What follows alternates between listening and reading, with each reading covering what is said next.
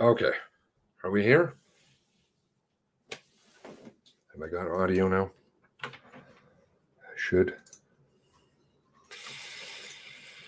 Seems like one of my, okay, it appears I do. Seems like one of my USB ports is gone. My microphone port is gone. Okay, my apologies. Okay, so I wanted to have a visit. Let's get some hellos to everybody. It's 1:45, 8 o'clock on Nova Scotia time. How's everybody doing? 40 of you in here. Thank you for joining me. We've got all kinds of people. Lynn can't wait. Good to see you, Lynn. And we've got Tracy. I believe it is in Halifax, Tracy, but we're actually going to get to some of that. Tara, hello. We've got Anita. Wave, hello. DVD, no. Hello. Peter. Question for, okay, so I want to hear some of your questions because there's going to be an opportunity. There's some funny games. I don't know how to touch that, so I'm probably not going to quite. But very difficult for some of the families to submit questions, I've been hearing. And of course, those are going to be read aloud to Lisa. But the lawyers will have an opportunity to then ask follow-up questions, possibly after. I don't know if those will be written. So, but that's why I think it's important to throw some questions out there. Potentially, some of them may be watching. If I get a hair out of my face. No, I wasn't muted. My port died. Go figure. After Odier's computer gets, and you guys know some of my tech issues too. So strange. Oh, yeah, right. Somebody told me to make sure. Okay, Cindy. Hello, Cindy. Need to get in touch with you, Cindy. I don't know why. Anyways, we'll figure that out. Donna, but I do need to get in contact with you. I have a very important question to ask. So many questions, says Tara. Linda M. We've got Donna, and Linda M. Lisa must be shaking in her mocklocks. Green Bastard. I like Green Bastard. It's good to have him aboard. Julia. Hello, Julia. Good to have you back. Missed you. Hope everything's well. Our official timekeeper. I feel like MCC will ask her, says Green Bastard, favorite color as well as favorite snack. Maybe they can get the snack bus out. Gotta clean my house before this begins, says Peter. I want to know why she didn't take him down when she had the gun, went and got the gun for him. It was a question I believe may have been asked of her. Not sure. But interesting point. Claw over a whole bunch of guns. Yeah. Right. We still have 23, R23. R23 now. Business affiliations. That's for another episode. A lot of connections here.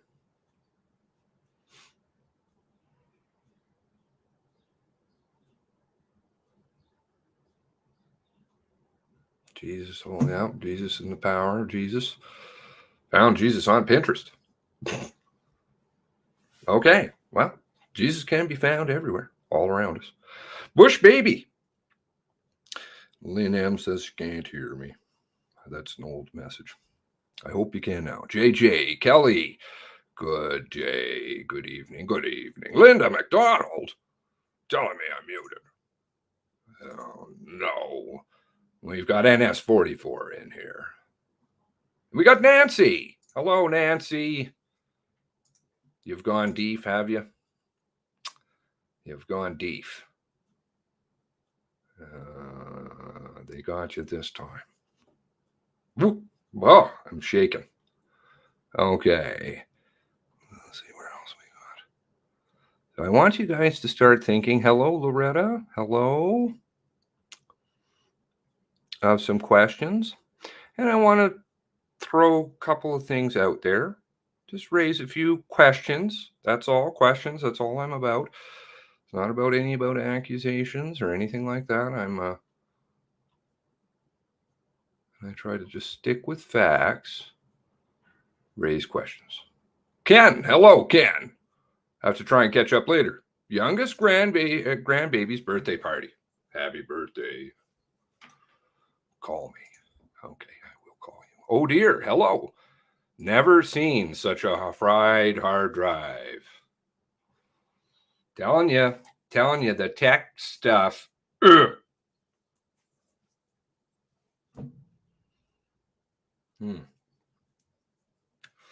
I want to speak to you actually about some Celebrate issues. Oh dear, so we'll catch up. I think families, anyone withstanding an MCC should gather together and make questions, submit them to our lawyers, and say that they don't ask them, we will go to media. Sure. Or people, this is another thing. So some of the questions that you guys can bring up today, hopefully, and in the comments below, maybe come Friday, come peacefully. Obviously, everything is peacefully. And if you see anybody acting rowdy, right, gotta step up and say, do like in Bible Hill. No more provocateur garbage. We love you. We love you. And shut it down. Because we don't want excuses for them to say, by the way, there seems like a threatening atmosphere. No, it's not threatening. It's not threatening. Truth is just truth. Painful for a lot of people, but who sleeps in spandex?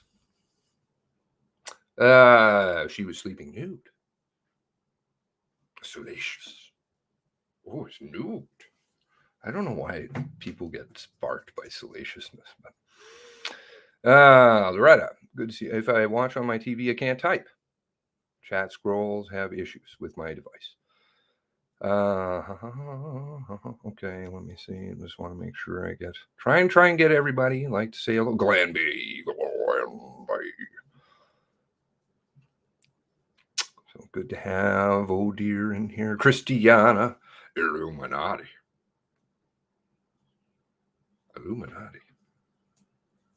Might put with those Georgia Guidestones. What are you talking about there? Never did get the emails working, says Loretta. Not good. Okay. Did I get everybody? Christine W. Hello, and Christiana. Where's Todd? Where's Todd today? Peaches and cream. Hello. Finally got a live one. There you go. Were you going fishing? Now. So I want to hear questions from you. Now, these can be come Friday again. These could be put peacefully. You're gonna, because the provocateurs, I have a suspicion, are going to be out there in full force. Shut her down. We're all peaceful, but you could write things on a placard, right? Stand out in front, ask a reasonable question.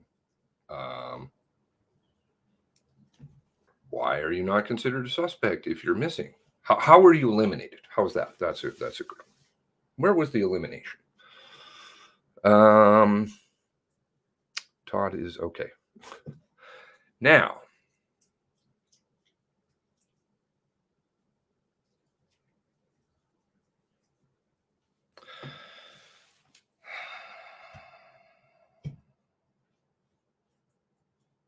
I want to raise some questions. Okay, well, actually, let's start with what is the calendar. Okay, these are interesting things to note, or at least that I'm sure many of you captured. But let's just get everybody up on the same page. Okay, so here we have the calendar, right? Now, the calendar is fluid and dynamic. It changes week to week. It does all kinds of really cool things. And finally, they finally admitted that on Fridays, they're going to do what's coming for the week before, right? After we get no press conferences and all this stuff. And they got called on all that. And good. Yeah, good for you. Everybody's being good. Okay. Citizen, hello. Why did she not have any injuries? Hypothermia? Wasn't she cold? Why is it that Clinton did? Okay, now, so we look at the calendar. Let's just save the questions for a little bit because I want to make sure I get all of them. Here we have the upcoming proceedings: violence and understanding mass casualties and role of gender-based violence, intimate partner violence. They've got all these cool little abbreviations for it now: GVI and IPV, and again, none of this has been firmly established. In fact, it's beyond weak and has always been. And it would be fairly easy, I would think, to demonstrate proof of this, but they've always had a problem. Now, if we look at the coming week, okay, so they should have announced this, right? You're going to have all of these. Let's actually just go through it day by day. So, Monday, we've got Tristan Bridges, Tara Lee Tober discussing commission paper, mass shootings, and masculinity. Okay. And they're going to be doing a foundational document, Violence in Perpetrator's Family of Origin. There are some new documents out. Please go and scoop them up. I'm not going to talk about them right now. Dr. Deborah Doherty, expert on community-based researcher, areas of family violence, gender-based violence, particular context of rural communities in Atlantic Canada. Okay, once again, all these things would have to be established, right? You have to have the basis, the hospital reports, the friends, the police reports, the doctors' names, the doctors testifying, nurses, etc. These things are all going to be documented over the past 19 years, right? Right?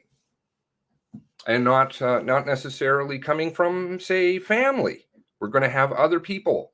That's the way violence works, sadly, in this world against women and men. Especially when somebody dies, and I can tell you that one I know personally, that when somebody dies and the widow is left behind, generally all of the stuff comes out. You know, there may have been whispers here and there and those kinds of things, but when the spouse, the abusive spouse, dies, they'll come out. All right, so here we go with Tuesday. Presentation, foundational document, perpetrators, violence towards others. We're going to have Brenda. Okay, Brenda, I'm telling the truth. Don't worry about it 17 times over in the document. Or in the first article, of course, coming out at convenient times. I believe that was the first, exactly the same day. Is that exactly the same day as or was it lead up? 1 week prior. Can't remember. Halifax Examiner, we've got Linda and Jean. Of course, RCMP Jean, we've been talking about that for a long, long time. Now, okay, so she's going to be on Tuesday, okay? All right, so then we've got Wednesday. Wednesday, what do we have here for Wednesday? Wednesday, understanding mass casualties, same stuff, right? Okay, now the start time here is 8:30. Not sure if that's a typo. Not sure if it's a typo, but we're going to go a little bit early. Jude McCullough and Jane Marie Marr to discuss commission paper, their commissioned report. Who commissioned it? I'm not sure. Did we pay for this in respect to this shenanigans that we've got going on down there? Understanding links between gender-based violence, mass casualty attacks, private violence, and misogyny as a public risk. Okay. Okay, so obviously we're really heading down a certain road here. Was that Wednesday? It's Thursday. Thursday, we're doing a 9:30 start time again. We've got Benjamin Berger, York researcher, pluralism, public law, Osgood. Okay, Osgood's actually fairly good school. Okay, now moving along. Pluralism, though. So we're going to get the usual raft of people who are academia, usually fairly far removed from things. Sociology professor, psychiatry, society. Yeah, right. Okay, moving along, and then we're going to have another round table. Who's the host on these? Don't know. Maybe it's just Emma, because we lose people throughout this process, and that's going to start to come out too. Tristan Bridges. So we've got more academia, right? Okay, and here we go. Here's with Tober about the paper. All right. Now, Friday, of course, we have Lisa. Okay, 9:30 start time. How you can jam all of this with the most important witness of all in one day. We all know what's going down here.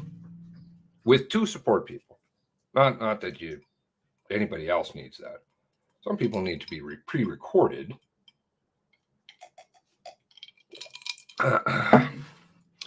Okay.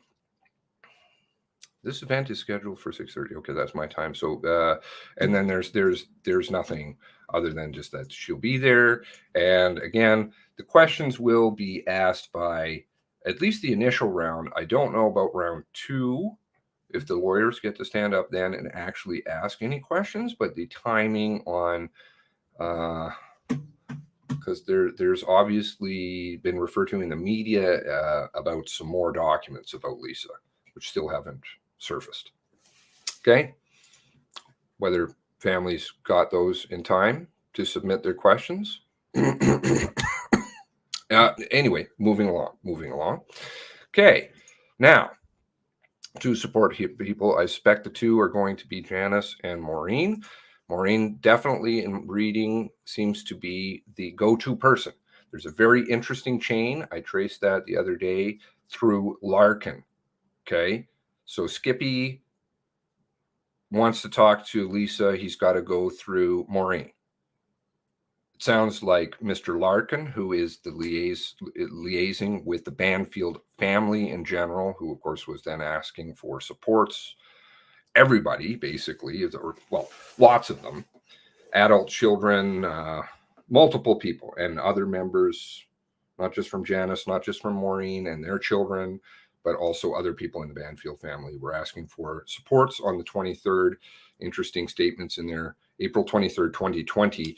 Larkin also refers to the fact that Lisa is concerned that she may become, I don't know what the word was that she used, kind of the ire of people. People may begin to ask questions of her on the 23rd, right? We don't even know her name at that point in time. And obviously she's in hospital, right? I think she's got a lot of big things on her mind, but she's concerned that people are going to start asking questions about her, and it's worded where the perpetrator has gone. I don't know what that means. Larkin. It's underneath, we can pull it up here quickly. I did show it the other day. Sorry if I'm repeating myself. Don't want to be repetitive, but like to make sure everybody. So we got a bunch of new people. Welcome. Honkering, hello. We got you in here. Okay. Now, if we do Banfield, okay, and then we're going to look for, where is it? Support services for the Banfield. Victim services referral, okay? So here it is here, victim services referral requests, okay? We'll open that up here. Oops, sorry, my apologies. Okay, here we go. Very small print, my apologies. I will link it once again. Paste, there we go. And okay, so this is from David Mark Larkin. Have no idea who this individual is, obviously with the RCMP. Can't find boo on him. That's not saying a ton, but going to Wayne. Number 2 in the investigation, Angela and Sean Stanton, okay, who is the keeper of records, is Sean Stanton. Any relation? Who knows? I've maintained contact Lisa Banfield's family April 21st and have information. Victim services have the information requesting victim services to make contact as follows. Okay, so this is April 23rd, 2020. So this is 4 days later. And Larkin's obviously been linked up with the Banfield since the 21st. Not Skippy so much. Lisa Banfield will be living at Sister Maureen's house, seeking assistance for the following. Medicare lost all identification cards. Her sister works at the banking cards, works at the bank. Her sister, I'm sure she could get her card, but I don't know. Anyway, personal information, not that you should be doing inside things, but whatever. For physical injuries, mental health supports, for your information, she has been advised.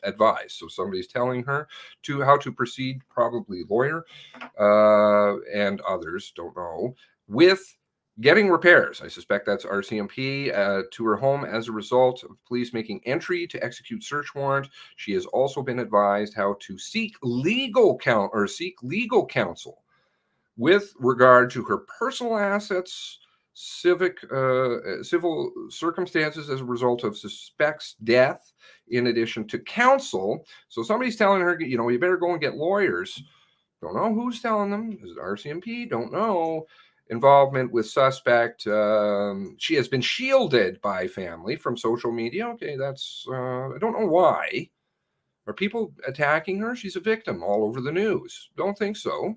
No, she's hardly in the news. And definitely not by name. However, it is concerned with becoming the person for others to blame. This is her concern, is concerned with becoming the person for others to blame where the suspect is gone. I can't figure out how this is, like, you can't stick what in there, or, how suspect, it just doesn't fit. Where is very interesting. Okay, and then we move along to Maureen. She's been doing the hospital stuff. Best access to Lisa moving forward. Very, very interesting. She is the gatekeeper. This will come out a lot in the future. It's in the documents. She is the go-to person. If you want to talk to Lisa, you better talk to Maureen. Not sure quite how that works. Also seeking victim services assistance for Lisa and herself. So Maureen needs some help, and she has adult children who are also looking for contact. Don't quite understand this one, but anyway, maybe they were very close with Workman. I'm not sure. Janice Banfield's sister. She's escorted her to Lisa's residence. So Larkin did. Whoever Larkin is has access to this property. Is working to arranging repairs to window. I don't know. Is that the? That's not the MK Ultra picture. Indo blue MK Ultra picture on Google. No, I don't know. That's later. So I don't know. Somebody maybe damaged the window somewhere. The RCMP, I guess, for getting in. How to advise submitting repair bill to RCMP. So we'll get the money back for breaking into her home. April 23rd, dealing with HRP, escort back to residence. Has adult children also seeking victim services. Okay, so and I think Janice was seeking victim services. Not sure. Sorry, I should be careful. Others in the family are also seeking victim services. Okay, and I read of somebody else today, representative. I'm not going to identify the family because I don't feel that's my business. It's in the documents. A representative of one of the family members who had not been offered any counseling. Okay, no victim services, no anything, and When was that? That was with mass casualty, so I presume the interview was either held 21 or 22. Sound familiar? Okay, we know that people are aware of this. Also, why did the sister go? Very interesting. Yes, and the car down there. How, you've got the white Taurus in the driveway. Oh, that's not possible because the driveway was occupied by a white Hyundai Genesis. Public is planning to get one representative to keep contact with RCMP liaison for simplicity. That would be Maureen, I believe. And I'm going to continue to liaise with the Banfields. Corporal McKay is aware. David Mark Larkin. Okay, so Skippy, not really the man when it comes to over there. Okay. And Skippy wants things, if you read his notes, he's got to go through Maureen. Very interesting to note. Not sure why. And that's lots later. We're talking May. Now, so that's, I wanted just to touch on that now. So we've got, that's Friday, right? Now, this is the interesting thing to note. We know that week to week, this is, quote, fluid and dynamic, right? Fluid and dynamic, right? It changes week to week. And, finally they did cop to say, well, listen here, we will tell you what's coming up the next week on the Friday. Well, all right. That's held true. And it literally does change. But what happens here? What happens the following week? Okay.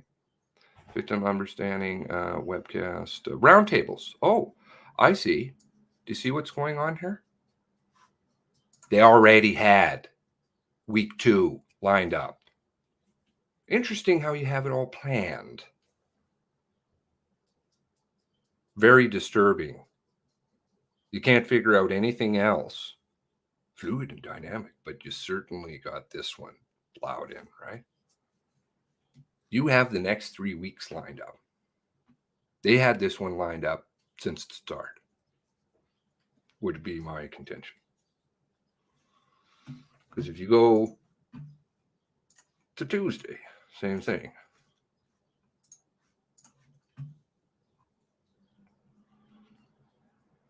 Presentation, foundational document, perpetrators' financial misdealings.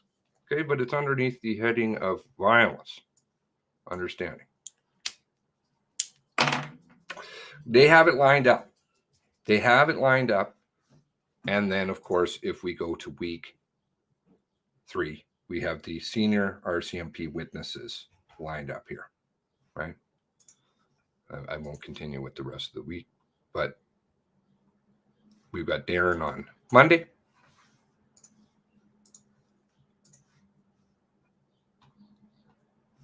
Darren on Tuesday. Crops actually is the most important one, which is Chris, and he only gets a day. And then you're going to jam Chris.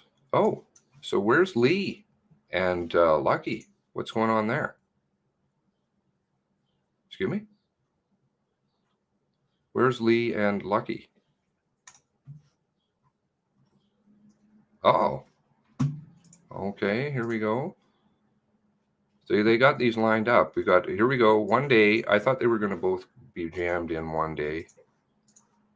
Lee and Branda. Okay, so they've changed this one a little bit.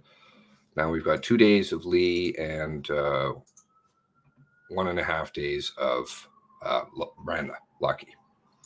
Okay, so you got it all lined up. And, for somebody who's flying by the seat of their pants and writing it as they go and whatever else, and we're still investigating, can you please send us your tips, et cetera, et cetera. Seems very interesting that, of course, like the interim report, which was clearly written in advance, they have this chunk of time already done.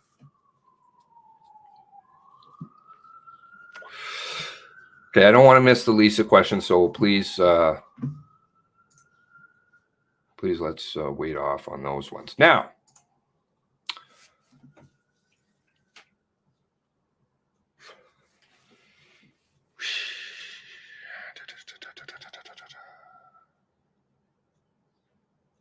Today there was an interesting, just looking at the itineraries, follow itineraries, very interesting always. You guys had a special guest down in Nova Scotia. Don't know if you all knew. Did you know? Who was there?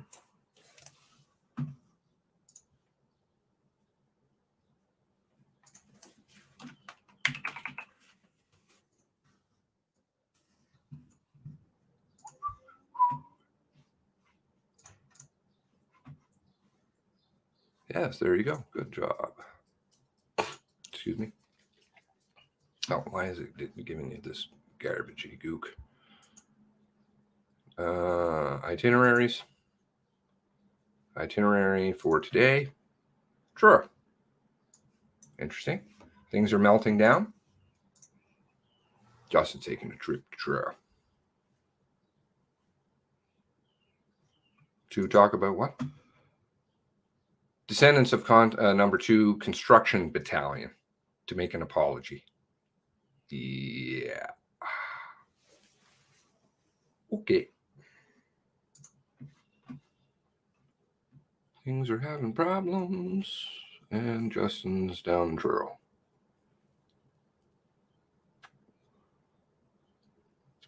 He and Blair, who know about it, April 24th, all about the guns, and lied.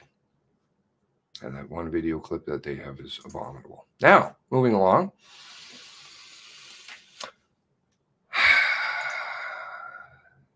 Now, I understand, I've discussed this before, and I'm not trying to go against the families in any way, shape, or form. Some of them I obviously communicate with, and I've let known my concerns just strategy-wise. Now, I don't agree, as my opinion, and I'm allowed to say that, and I don't think I'm any offense ever upon any families. I don't think they could ever say that. I don't agree with the boycotting. I don't agree with the boycotting because the boycotting, it's not so much about what the people will say. However, in coming up at the next while, obviously this is going to be fairly important. Even if you can get just an inch out of them, it'll be good. But if you boycott and or try to say, listen, done here, it is a horrendous process. There is no doubt about it. No doubt about it. Awful. The whole thing is set up from word go, right? Back in, what was it, June, July 2020. Plan B. Blair, a week later. Here you go. Here's your inquiry after the review. Right. Now you've got a commission. Okay, whatever. The whole thing was a setup, but it's the documents. Okay, the documents are imperative to get. Now they're releasing very little. There's a second subpoena now being put in. I went, I don't know, did I run through the document of all the things that the MCC was having issues getting? Reading through the MCC stuff as of late, I feel less salty on the MCC than I did before. I definitely don't have a positive opinion of them by any stretch, but they do ask some good questions here and there. So Grun's affidavit is out, and Grun's affidavit I'm not going to discuss right now, but there are some very key points in there, and they go along with Colford. Now, if I'm going to look at the hierarchical things that I can say I trust, the number one I'm going to say I trust is an affidavit. It's sworn, it's legal, it's binding. Okay? I don't know what the hell they've got going on over there. You want to lie, you want to do whatever, but you lie in an affidavit, somebody can come after you and put you in jail. It's very serious. Now, Grun's statement has some stuff to do with Colford. Okay, the radio, the call about the Blueberry Field Road. I want to review that definitely. I've been putting together. Let's just look at one here. Okay, this is where is Grunt? 1049. Where is he? He's Wilson's. Okay, this is him, Wilson's. What time did they tell you? Burl with his, what the hell was it? Are you feeling? I did a little video about it, 1 minute long, and they inserted the time, 10:50, driving by, right? 10:50, driving by. Where? Outside? Oh, the Wilsons. That would mean what? That he drove by. 10:49. 10:49. So if they want to say that Wortman drove by and he says, I don't see a car. I didn't see one. Sutton did see a car. But interestingly enough, in Sutton's statement, if you read it closely, this is later. Sutton saw somebody as he was driving to the scene, drive by him. Sutton's statement talks about one of the members in the car waved. Joe! What's going on? Now, Larkin, Tara has to tell Christiana to make me a cheesecake. You found Larkin. Wow, good. I'm interested. Contradicts Dorrington's? No. What it does talk to is about the Blueberry Field Road. It talks about two things. The radio call about Vicky Colford's call, supposedly from which she swore to in an affidavit, and she's like, well, I don't remember ever saying that. In hindsight, reading, and I should read it verbatim because it's very important and the wording is very carefully chosen, but looking the way that I know that I made this call or I'm is reading it in the transcript, but I don't remember making it. Who else doesn't remember it? How many demonstrations have we been through on this channel where people are like, I don't remember saying anything about that, or I don't remember hearing anything about that? Here in Grun's statement, he says, I don't remember hearing anything about the exit. Strange. Colford doesn't remember making the call, and Grun doesn't remember hearing it, both of which are sworn in affidavits. Now, let's move back to Lisa. So I'm not necessarily in agreement with this because the paper flow will dry up, and they're terrified. They're terrified of the papers because they're going to get progressively worse, and they are. If those of you who are reading very closely, there are worse and worse papers coming out. So if this goes away right now into a bureaucratic hole, which it will, if they say, hey, you're right, we've got this all wrong here, we better make this dry up. Who doesn't appear? That's right, senior RCMP officers, potentially Lisa, right?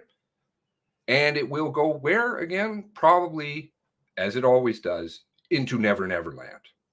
At which point public sentiment will die down. Support will sadly dissipate. And that will be the end of that.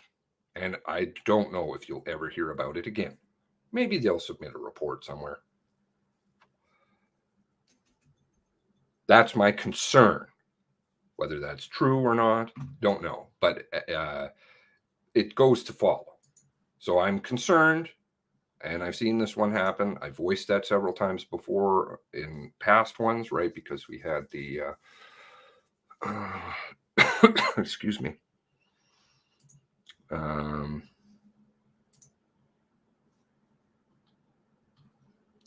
We had the firm of 14, which is something I want to discuss. Okay, right? Who is the firm? I think it's 14, is that right? Represents 14 of the family members. I want to share some information. These are just observations. Okay. That's it. These aren't accusations by any stretch. They're just observations. They are in print. They are on the record. Okay, so seems to be certain, there seems to be, I would say, certain, according to the media, certain lawyers that are sitting out. Is there a reason? I don't know. Now, Staff Radio has command. So, okay, well, we could do that, I suppose. Hold on. This is just a report from. A moment.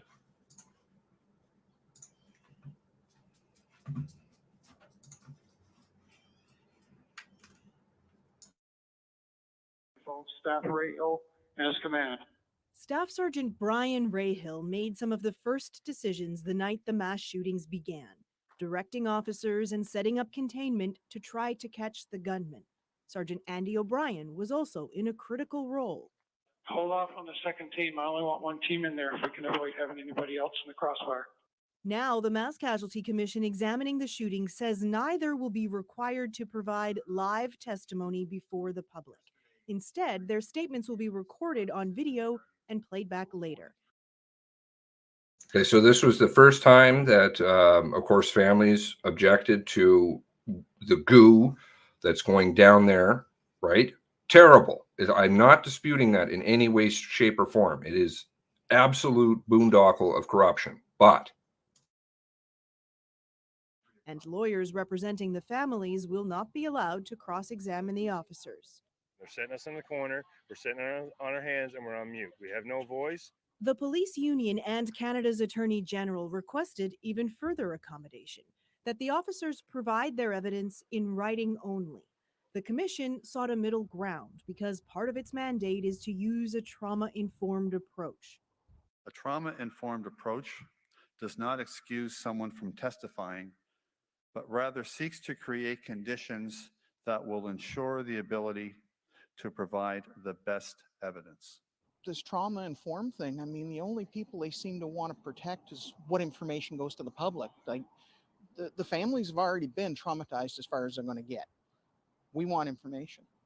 Family lawyers will be able to suggest some questions for inquiry lawyers, but say that's not good enough when it comes to some of the most integral witnesses. We keep being reminded that this is not a court, but we can look at the courts, and some of our most traumatic victims that come before the court are child witnesses that have been the victims of very traumatic experiences, and the court is able to accommodate them. The officers' recorded interviews will take place next week. It's unclear when the public will get to see them.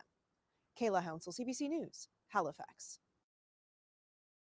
okay, so that was the first time, right? And that was June.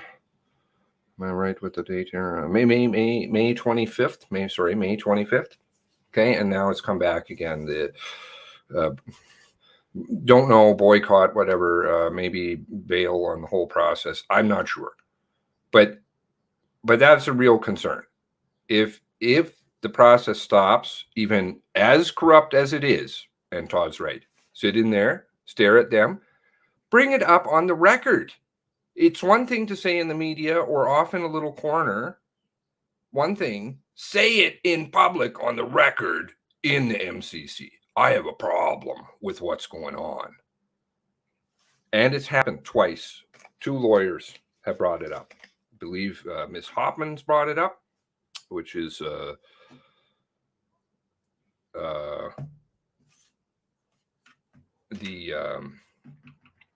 Oliver family, and also funnily enough, the gun lobby lady, the one who wants to get rid of guns, she brought it up and put it on the record. You know, like, just stand up there when you got your 2 seconds of time and say, this whole process is a joke. You're not letting us represent our clients. You're not letting us do this stuff. The court of public opinion on this one is good because it does bring some attention to it. But who is the people that you're really trying to talk to? The Mass Casualty Commission. Let them have it. Okay, now, are there some issues that have been around for a while that may have thrown some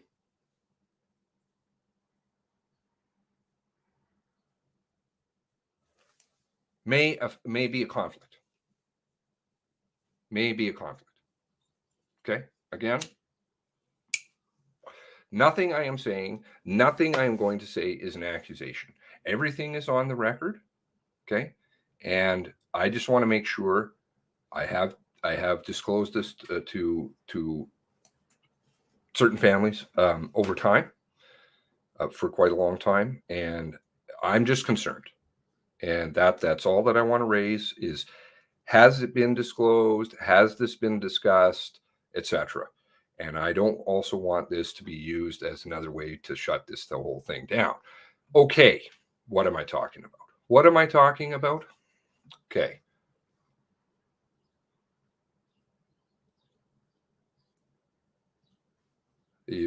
Those of you who have been watching for a while will know, because I throw little things out here and there.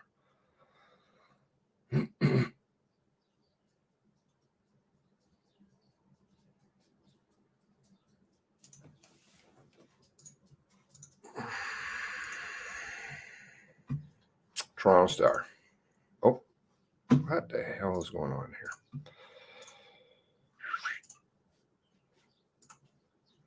The RCMP officer dies when cruiser collides with moose on Saskatchewan highway. Patton was the last officer to have died in in Saskatchewan. Okay, Patton, he died. That's all another story. Anyway, but the previous one was the one we're going to talk about here. Sad, very tragic. An RCMP officer killed in Saskatchewan collision with a moose, July 20th, 2012. Wilkie, Saskatchewan. An RCMP officer was killed in Saskatchewan in a collision with a moose. Mounties say Constable Derek Pinio, 38, was in a police cruiser that hit a moose 7 kilometers west of Wilkie early Friday. Pinio's uncle, Rupert Pinio, said his nephew grew up in Fall River, Nova Scotia, was married and had 3 children. Pinio was based in the Wilkie RCMP detachment and joined RCMP 2007. Derek was the kind of person, okay, this is Rupert speaking, kind of person he wasn't really sure what he wanted to do. But he did settle on being a Mountie, and he passed Mountie test, and he really liked his work, said the uncle, Rupert Pinio, who was reached at his home in Shubenacadie, Nova Scotia. Police say the constable was the only one in the vehicle, died at the scene. Tragically. This is unbelievable, horrible. I don't ever discount. I really have a lot of respect. Pinio has his family in Saskatchewan as well as Nova Scotia. Rupert Pinio said his nephew was a fun-loving person who enjoyed hunting deer and fishing. He said both Derek's parents live in Fall River and heading in Saskatchewan to deal with their son's death. They'll be devastated. They were a close-knit family. Wilkie is 135 kilometers west of Saskatoon. In Saskatchewan, there is a point, Pinio Point, named after Derek Pinio. Who's Derek Pinio? Who's Rupert Pinio? Rupert Pinio. Derek Pinio. Okay. Obituary. Derek Pinio. William Henry Pinio, born July 26, 1973, IWK, Grace Memorial Hospital, Children, Halifax, Nova Scotia. Earl and Rena Wire Pinio. Derek grew up in Fall River, Nova Scotia, graduated from CP Allen High School in Bedford. He also studied French immersion at the University of St. Anne and attended Scotia Career Academy, completed his course in corrections officer.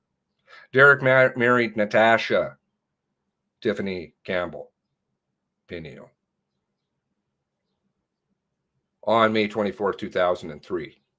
St. Thomas Anglican Church, Fall River, Nova Scotia. Together, they were blessed with 3 beautiful children, Nova Lee, Caleb, and Ocean.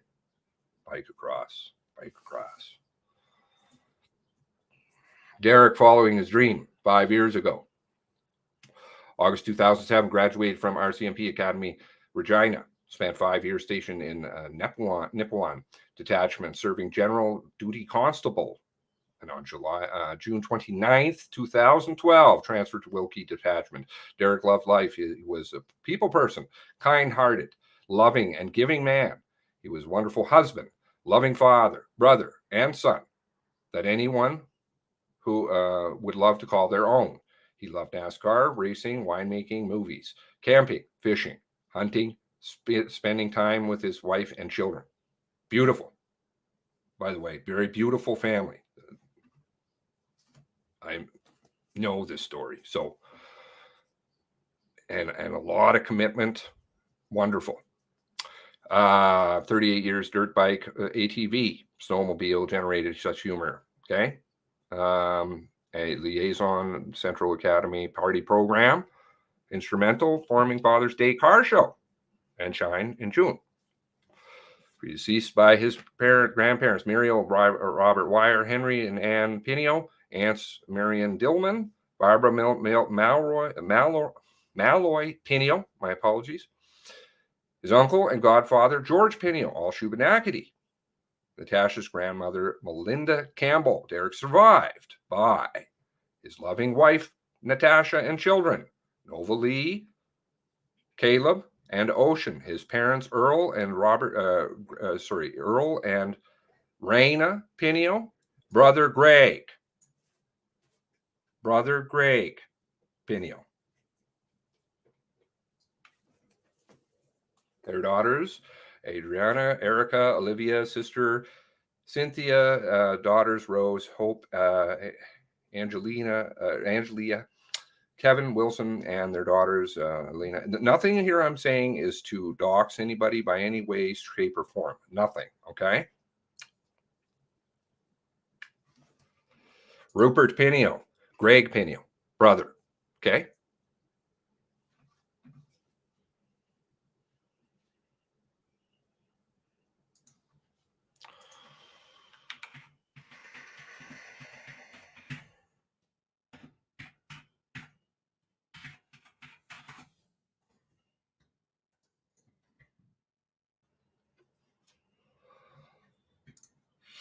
Rupert Pinio. Hello, Strawberry Munchkin. Passed away Shubenacadie. Born Henry Ann and Annie Pinio. Okay. This is Uncle, remember? Uncle? Oh, sorry. So I should read one more article. My apologies.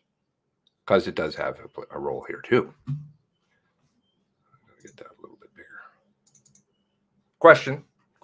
Just questions. On the record. Family Constable Pinio releases statement. Family and wife Natasha of RCMP Constable Derek Pinio, who died in a collision involving a moose near Wilkie, July 20th, has released a statement. July 27th, 2012. The family and wife of Natasha, RCMP Constable Derek Pinio, who died in a collision involving a moose near Wilkie early July 20th, released a statement.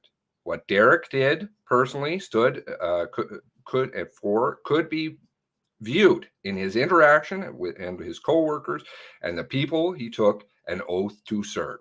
His passion for his job was addictive, and his heart's priority was to keep the road safe for all traffic, to put a stop to drinking and driving.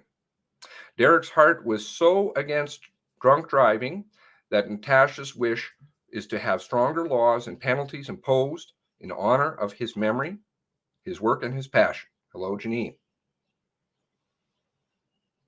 Because of his strong family values and beliefs, he participated in many RCMP community policing projects. Okay, so who's writing the statement? Like party program, elementary school liaison program, bicycle rodeo, was spokesperson many topics within the schools. Derek recruited the auxiliary program in Nipawin and RCMP in general. He was instrumental in the organization, Snowmobile Factor, police bicycle patrolling police program in Nipawin. He was a dedicated youth mentor Huge influence on everyone he met. Most people do not recognize the degree of sacrifice, dedication that many police officers make daily until the loss of one such as Derek robs their community of the effects of such dedication. His parents would like to express their concern and communicate to the public the effect of domestic abuse has on the entire community. As the words of the following verse are no clearly demonstrated then in this time of loss. Quote, if one part suffers, every part suffers with it. If one part is honored, every part rejoices it. 1 Corinthians 12:26. Domestic abuse. What was he responding to when he died in the line of duty? Who wrote the statement? Rupert. Who is Rupert?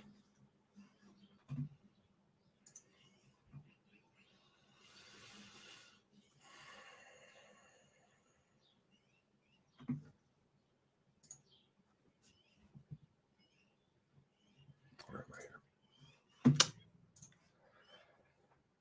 here?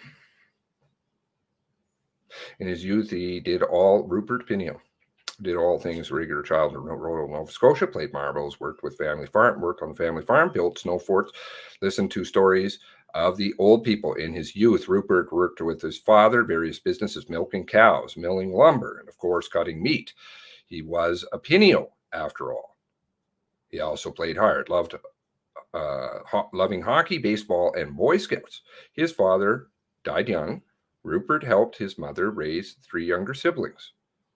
During this time, he operated a poultry farm. In 1967, he married the love of his life, Sylvia Nee Kitchen.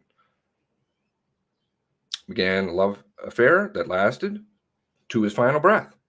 Together, they raised 4 children: Robert,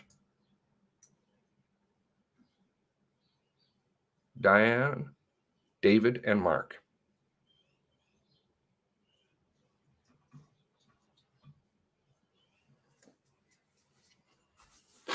Rupert died quietly. At home, in his final wish, he would be sadly missed by his children: Robert with Lisa, Diane with Daryl, David with Mark, with Tanya, grandchildren Jessica, Roy, Ryan, Carson, Brian, Seth, stepchildren David, Matthew, James, great-grandson Caleb, sister Ava Williams, brother Earl. He was predeceased by his brother, George, sister Barbara, brother-in-law Harvey Williams, nephews Kevin and Derek.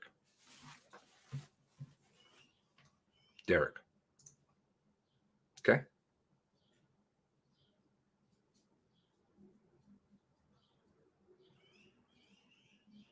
So Mr. Pinio, the lawyer for the families, one of the lawyers for the families, tragic, his nephew died in the line of duty, responding to a domestic violence call. Was that disclosed to families? Does that potentially cause a conflict of interest? Derek's brother was Greg Pinio. Greg Pinio.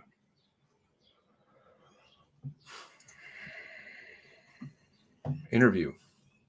Lisa Banfield. Taken April 19th, 2020, 6:58 hours by Constable Terry Brown. Also present, Dave, last name unknown. Paramedic Ashley, last name unknown. Paramedic Greg, last name unknown.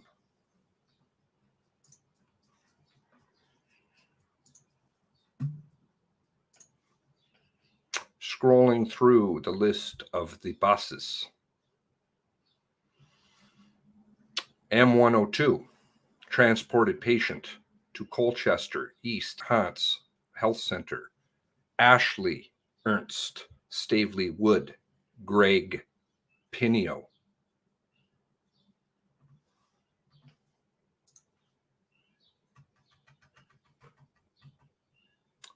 the lawyer for the families has a cousin who died in the line of duty on the way to a domestic call. The RCMP's cousin, Derek's brother, is Greg Pinio. Greg Pinio took Lisa Banfield to the hospital. I do hope that that was shared with the families.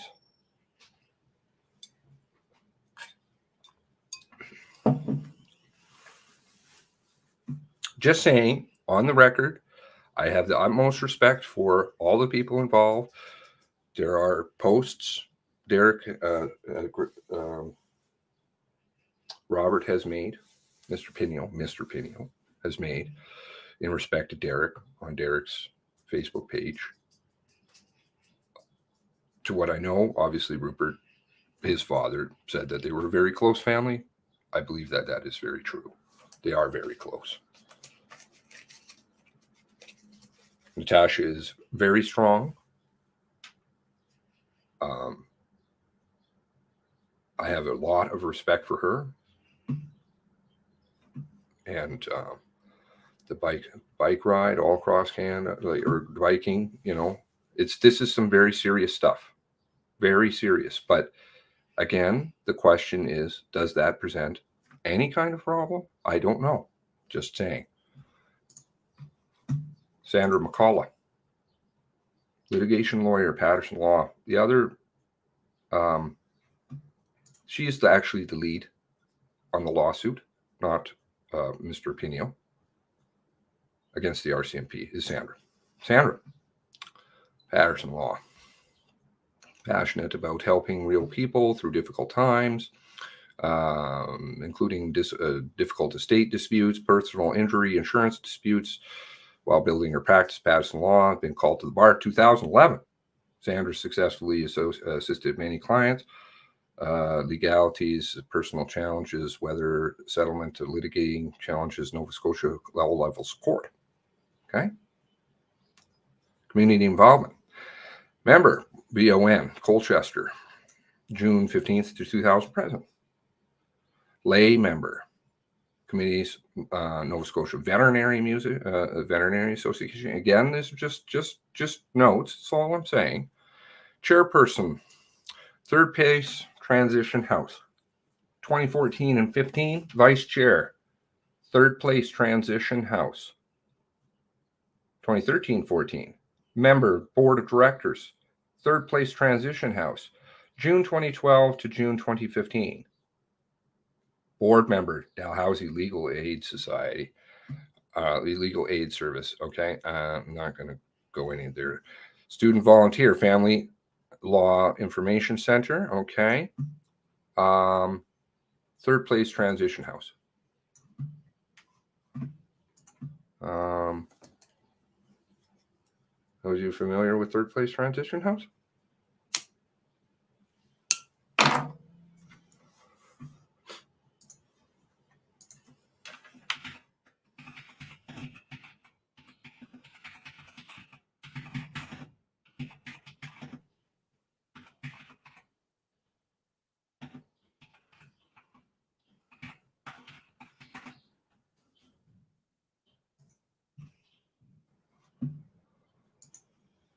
Third place transition house. Third place transition house offers 24-hour support, 365-year shelter, safe shelter for women and children fleeing abuse and violence. Okay, very good. She's licensed doing volunteer work and served previously in the past. Best be sure that I'm very correct on all of this here. 2014 and 15 was the chair of the board. Vice chair 2013-14, and a member of the board of directors 12 to 2015. Okay. Best transmitting house located right near Bible Hill RCMP. I'm not saying anything. I'm not. Please don't mistake me. Need to be very, very careful about what I say. And I'm not saying anything other than just pointing out fact. Now,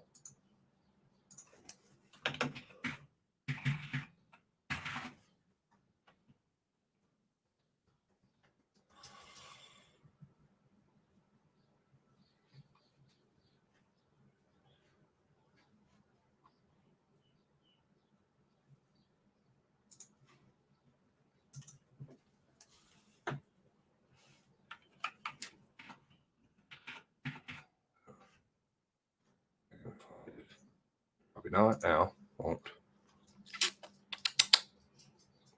Third Place Transition House is part of an association.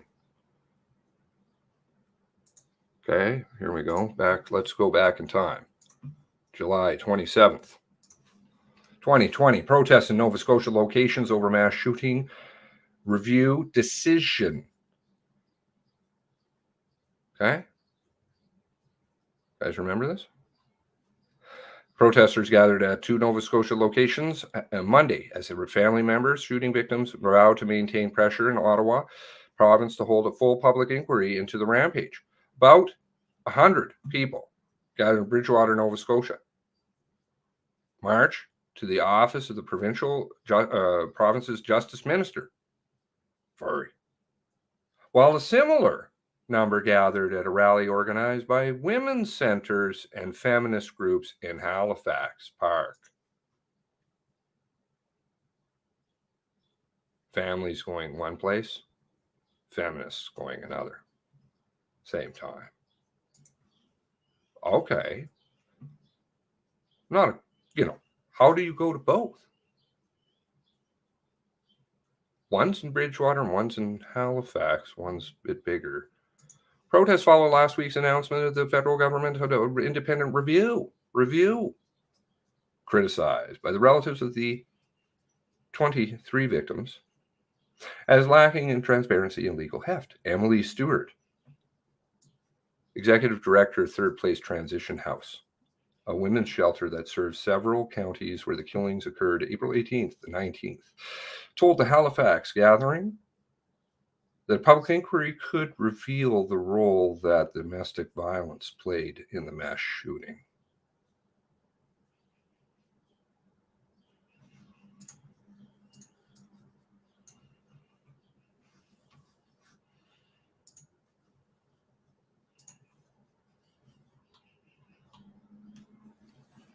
Is that a conflict? Does she still provide legal services? Again, that would not be a problem. Was that disclosed? I don't know.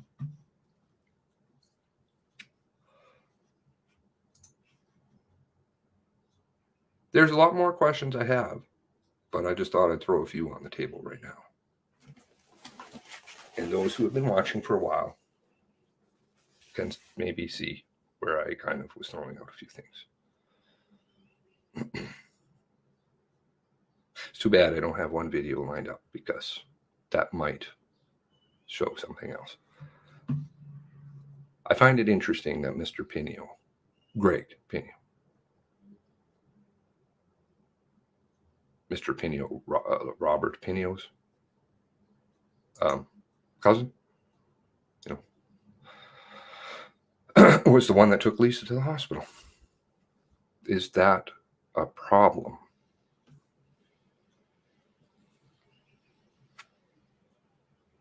As in, does it present a conflict?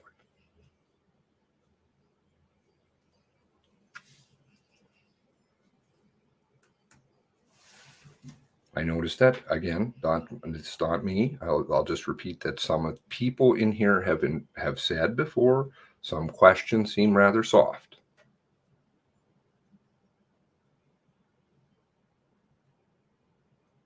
Is boycotting the best route?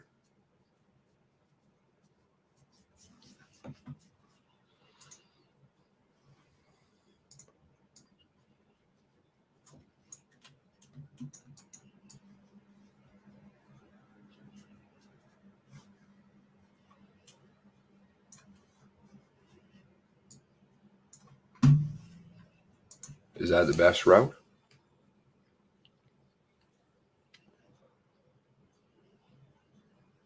I don't know.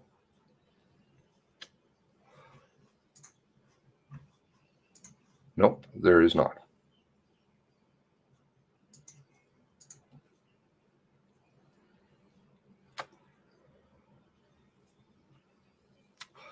And I respect all these people, obviously, for their positions on things, and I don't know. It's very, very, very possible that things wouldn't interfere, but maybe not. Would be difficult, I think, for family dinners in certain quarters.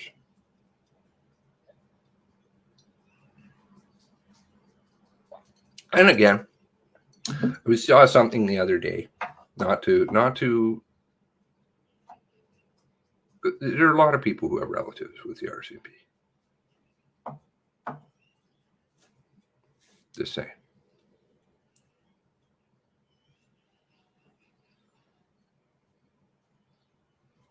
There's domestic violence,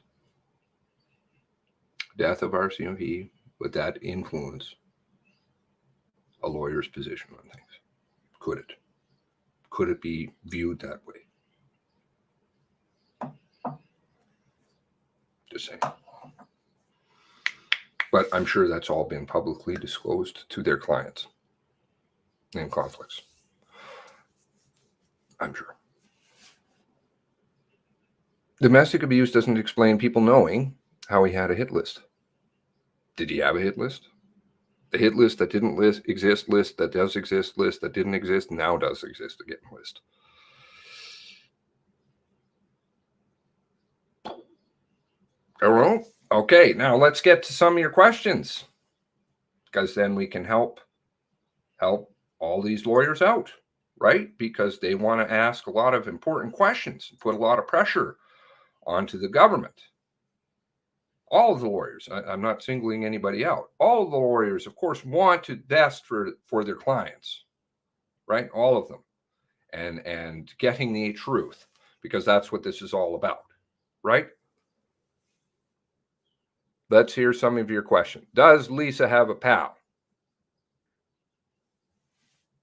From my reading so far, it appears that she does not, but I find it interesting that she's the one that is purchasing ammunition. Okay? She's the one that's legally doing that through her relatives. She's the one that's providing it to him, I believe.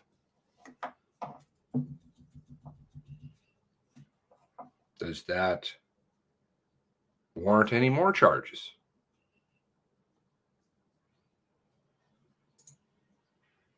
Why is the money coming from her? Who has the most of the bank accounts? Can you legally prove that Mr. Wortman bought it and not her? Because it appears on paper it's her. Can you prove an email address is solely for the use of Mr. Wortman and not Lisa Banfield? What kind of police badge did he have? Where did that go?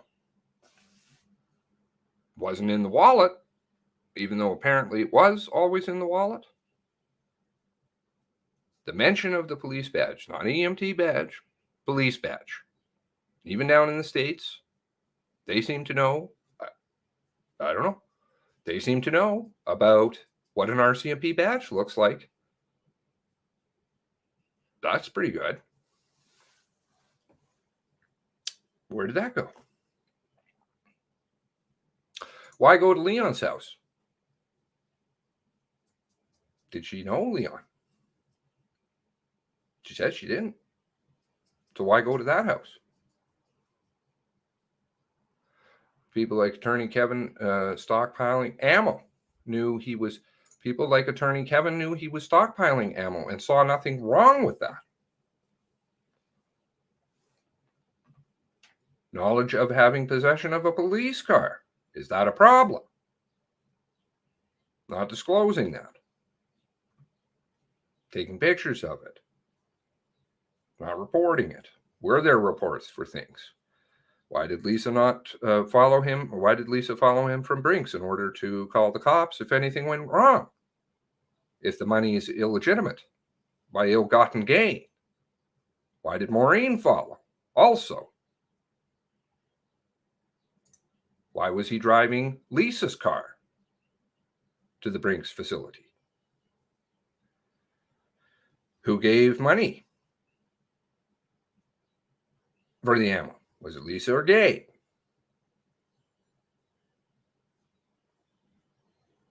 Did he pay for it? Can we prove, paper trail or testimony, that Gabe actually paid for it?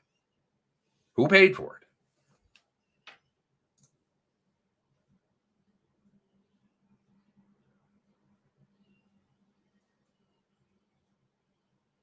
Hello, countryside. Welcome. Why do you keep going up to the cottage if you were in fear of being abused?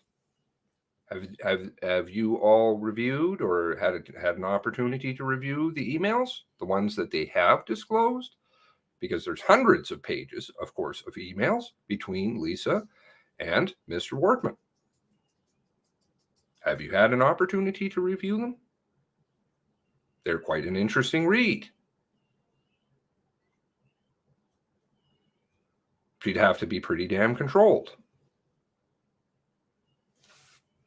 Being down in Dartmouth, wanting to come up. Can I come up? Why can't I come up, Sheriff? Oh, don't worry about it, Deputy. Love, love.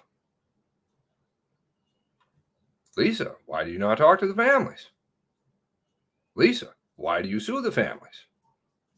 In a roundabout way.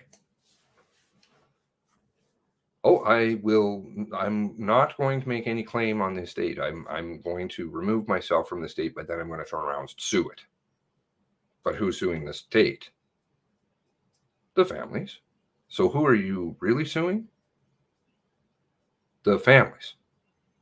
That seems a strange move. It was really abusive when someone gets you rough 3 times with you in 19 years. Not saying it's right. What is the rough? What is the 3 times? What are we talking about? Brenda, who didn't see anything? Are we talking about Nancy and John Hudson? I haven't seen any reports about that. Tires, party, it kind of disappeared. Not sure what's going on over there. According to, is it Mr. Doucette, who said the tires incident happened totally differently?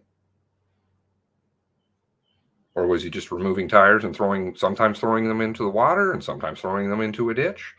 Because you take the tires off in the middle of the night when you're partying. That seems like something I'd like to do with my time while I'm in my old days drinking, having a party. Take my time out. I'd love to take my time out and remove tires from a car. Yeah, don't worry about it, guys. I'll be back later. Hold on for my beer, and I'll just gonna rip off some tires and I'm going to throw them in a ditch. Where is the physical violence? Where is the hospital reports with doctors' names, nurses' names, who will swear affidavits and testify openly and be cross-examined? Where are the police reports on all of this happening? Why was the bar named after Lisa? I love you all the more, Lisa says to Wart. Now he's a cult. What is a cult? What is the cult?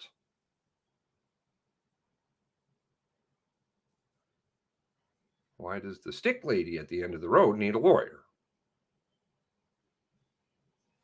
Sorry, it's a little off topic, but not totally. Not sure, not there. Not sure what that's about. Just had RCs coming up behind me on the highway. Thought I was getting pulled over. By the way, hey, Tara. Hey, Freckles. How's it going? Why has it taken so long for this to come forward? Why didn't you clear your name immediately? Bring some clarity to the families. Wouldn't you want to be clear? Yeah. Wouldn't you want to? That seems logical to me. I don't know. I'm obviously not a woman. I'm not being abused. Funnily enough, I've had women give me a few whacks before, but what do you do? Like, me? Nothing. Sorry. Wander away. Some women are temperamental at times. I've noticed. I don't know. Money buried in a fireproof material. Yes.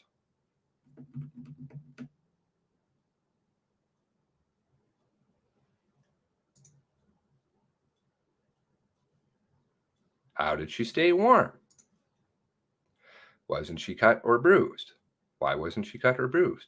Why was it I read the other day, quote unquote, I'm sorry, I'm forgetting who said that, superficial injuries.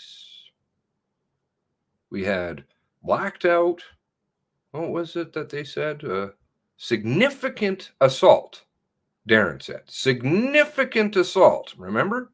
That was his words in the press conference. Significant assault, which then turned into blacked out ITOs, minor. Remember, and we were always wondering, what's that word there? Assault. Blacked out assault. Or sorry, blacked out injuries, redacted injuries, which then turned out to be minor and now insignificant. Sliding around with the hurt back in the back of Ivani's, according to Ivani's testimony, in the back of the Jeep.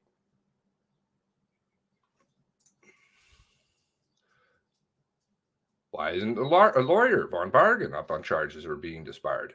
Don't know.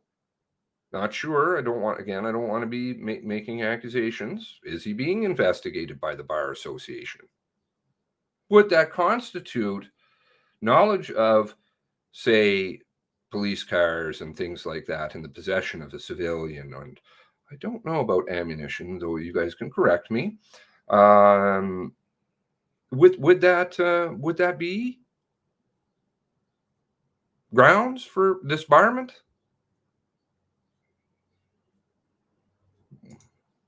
Maybe you can keep the law license in New York. Who gave her brother the money? Okay, sorry. So let's continue on.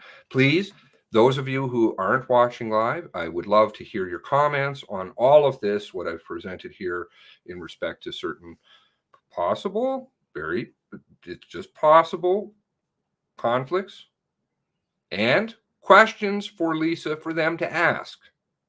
Because I know that they want to do the right thing. I know that they want to speak up publicly on the record in the MCC, put it down on the record in transcripts. You are not allowing us to participate. Why is that? I can't represent my clients. Why is it that things are being withheld from them? Why are you not permitting me to ask questions? Whatever I want, of whomever I want. Why is it that I can't call whoever I want?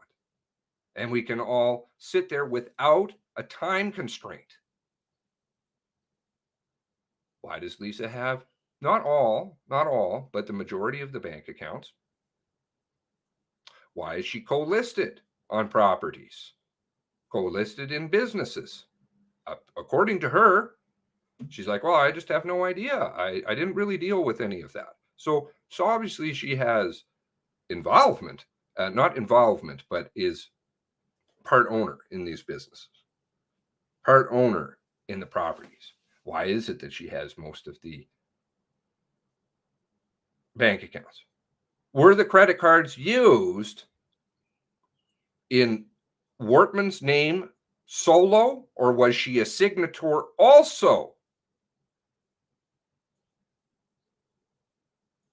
on the purchases of RCMP paraphernalia?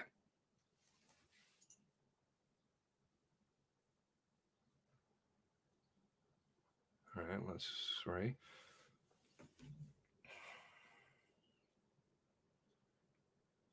Andrew, Lisa was seen in Portapique a week later. So Von Bargen knew about insurance fraud. Sorry, that's a question. Not making that claim. Committed by him, Wortman, and Banfield. There seems to be some interesting stuff in respect to citizenship. Is that something to be looked at by the Bar Association and or RCMP? Or Fintrac? Not sure. Morgan McDonald.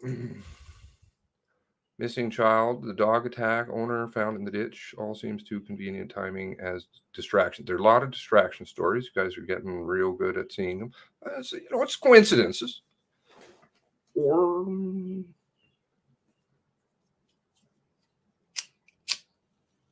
I located an interesting one today. Not on topic. Not on topic. Now, I don't know. How many documents are there? And we get nothing. This is the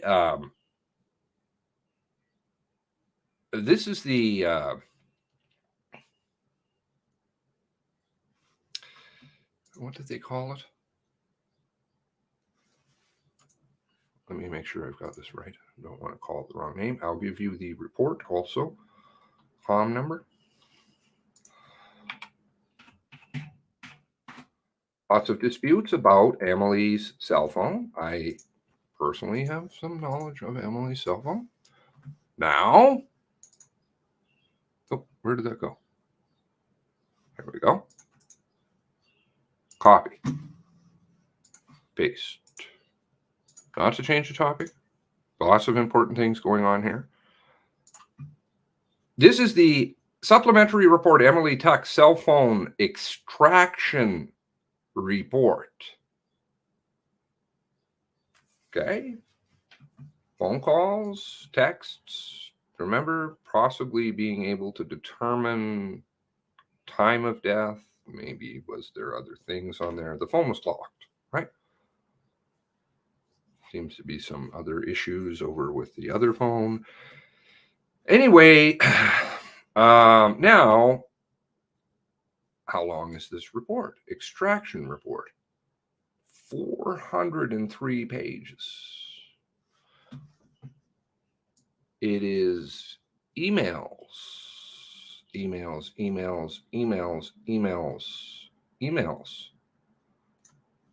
to do with the actual phone, MCC. But there's an interesting character in there. Just a coincidence. The person who's doing the celebrating on the phone, remember Celebrate? His name is Bob Elder. Bob Elder, CEO, Teal Technologies, Canada. Partner, Sanderson Forensics. Oh, gosh, it almost made me go off into another thing. We'll leave all those ones for another day. Investigative things. Anyway, Special Constable WSE, Saanich Police Department, Central Saanich, Victoria Police Department. Detective Constable retired, Victoria Police Department. Oh, why? Is that just a remarkable coincidence? Maybe. Saanich. Celebrate. Emily's phone. Kevin Hackett, Assistant Commissioner, who's Deputy Chief of the Saanich Police Department. Saanich bank robbery. Bad things going on with RCMP. Support the RCMP. Support police. Heidi's funeral the next day. Don't know. Just saying. I haven't had a chance to review this yet terribly much, but I'll tell you that stood out.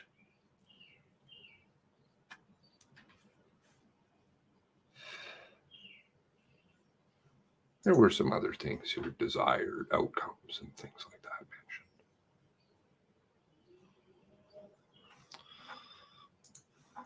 To Bob Elder from Luslow. Christopher, that's the investigator for mass casualty.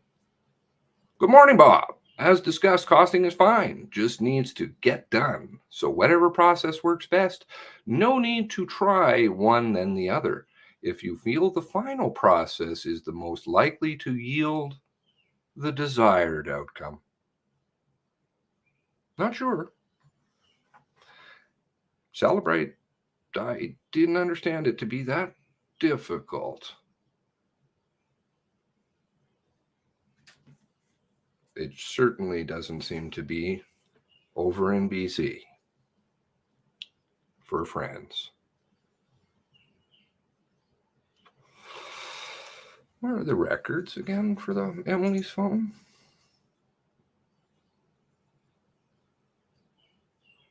Not sure.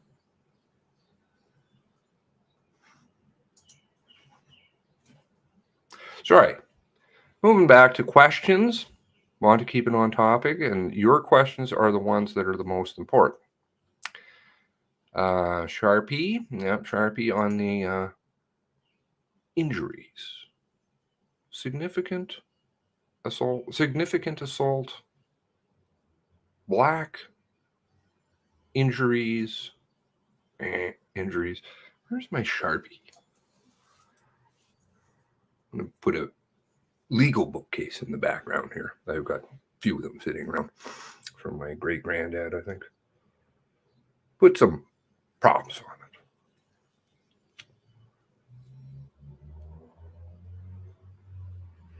Maybe I need to get some more king size Sharpies.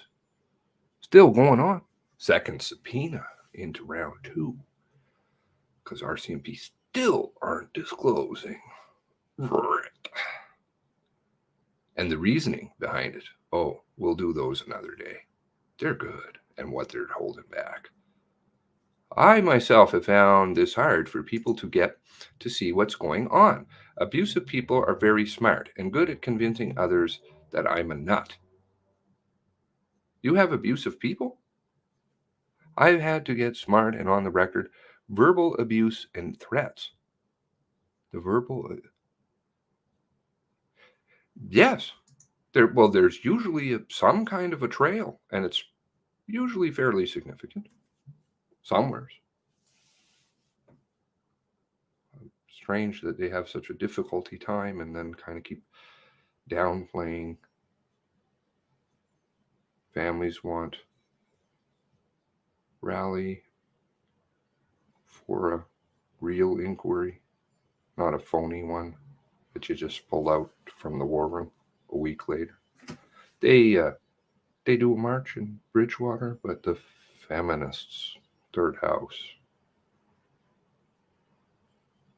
Linda, Jean, books.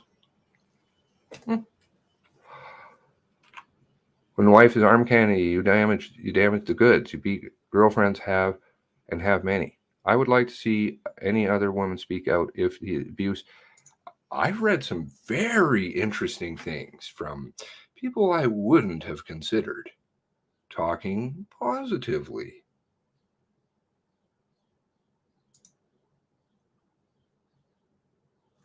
They're there. Very odd. This is what the most common thing I hear. It's just that he's odd and maybe he's socially different. Awkward. Socially awkward. Sorry, I should use the direct quote. Odd.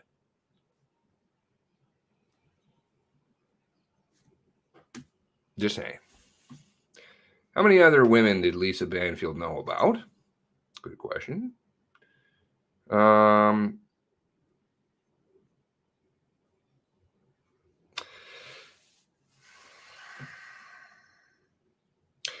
Okay, let me review another quick statement here with you. It's 3 pages long. Oh, I actually have it open. Sorry, my apologies. Where is it here? Beyond investigations. Foy. Do I have a few things open here? Don't want to dox this person. I don't know who they are, but the family representative of Lisa McCauley. Not sure who they are in this statement. Ruth is her name, and the lawyer is Rob Pinio. So let's review this here. Ruth was at home in North River the night of April 18th, 2020. About 7 to 7:30, Lisa McCulley told Ruth she was going to Bass River to get some wine. She had been in complete isolation since COVID-19 started in March to protect herself and her children. Lisa took COVID-19 restrictions very seriously. Lisa decided that time to dash out and get some wine and chips. She had been in complete isolation for 30 days plus with her children. Ruth told Lisa that she would chat with her later or in the morning. On April 18th, 2020, Lisa told Ruth there was a barbecue party happening next door, that the neighbors were drinking, riding four-wheelers up and down the road, and that Leon was right in the middle of it. Lisa and Leon had broken up about 6 months prior. Relationship had ended abruptly. Lisa was very irritated with barbecue next door. The group was over restrictions, and she was outside working in her yard all day with the children, isolating her family from others. She did not know what to do about it. She suggested that she should call the police. Not sure. Is that a party at Wortman's? Don't know. Don't know. Ruth and Lisa chatted frequently, usually mornings over coffee. Ruth messaged Lisa the next morning, got no response. She then went on Facebook and saw there was something happening in Portapique. Ruth called Lisa. Ruth called and called Lisa, no answer. Very sad, very tragic. Ruth called a friend, Maori. Heard this name before somewhere, a few times. Lived down on the road from Lisa toward the beach. Ruth asked Maori if she knew what was going on. Maori had no idea what Ruth was talking about. Maori said she would call Ruth back. Maori called Bjorn, and he called Lisa and he told her that Lisa had died. That she was shot dead by Gabriel, and that the kids had gone to the hospital. This is the next morning, if I'm reading that correctly. Maori saw people on the beach out in front of her home like they were searching. She packed up and went to leave her house ASAP and get out of there. Maori told Ruth to hurry and get to the hospital to the children. So, yeah, fairly early on. And she was going to her mother's. Ruth then called the hospital, explained who she was, and that she was looking for the kids. She said that they were on lockdown and called the police. Ruth called the police. They did not say anything. Maori had no idea anything was going on. Nor could they answer. Ruth did not believe Lisa was gone, and then saw on Facebook that Lisa's principal had posted that they'd lost Lisa McCulley. Ruth messaged Lisa's principal and asked if this was true. He confirmed that it was. The family has given different accounts about what happened the night of the April 18th, 2020 from the RCMP. Different accounts. Ruth has not had any assistance with therapy or victim services.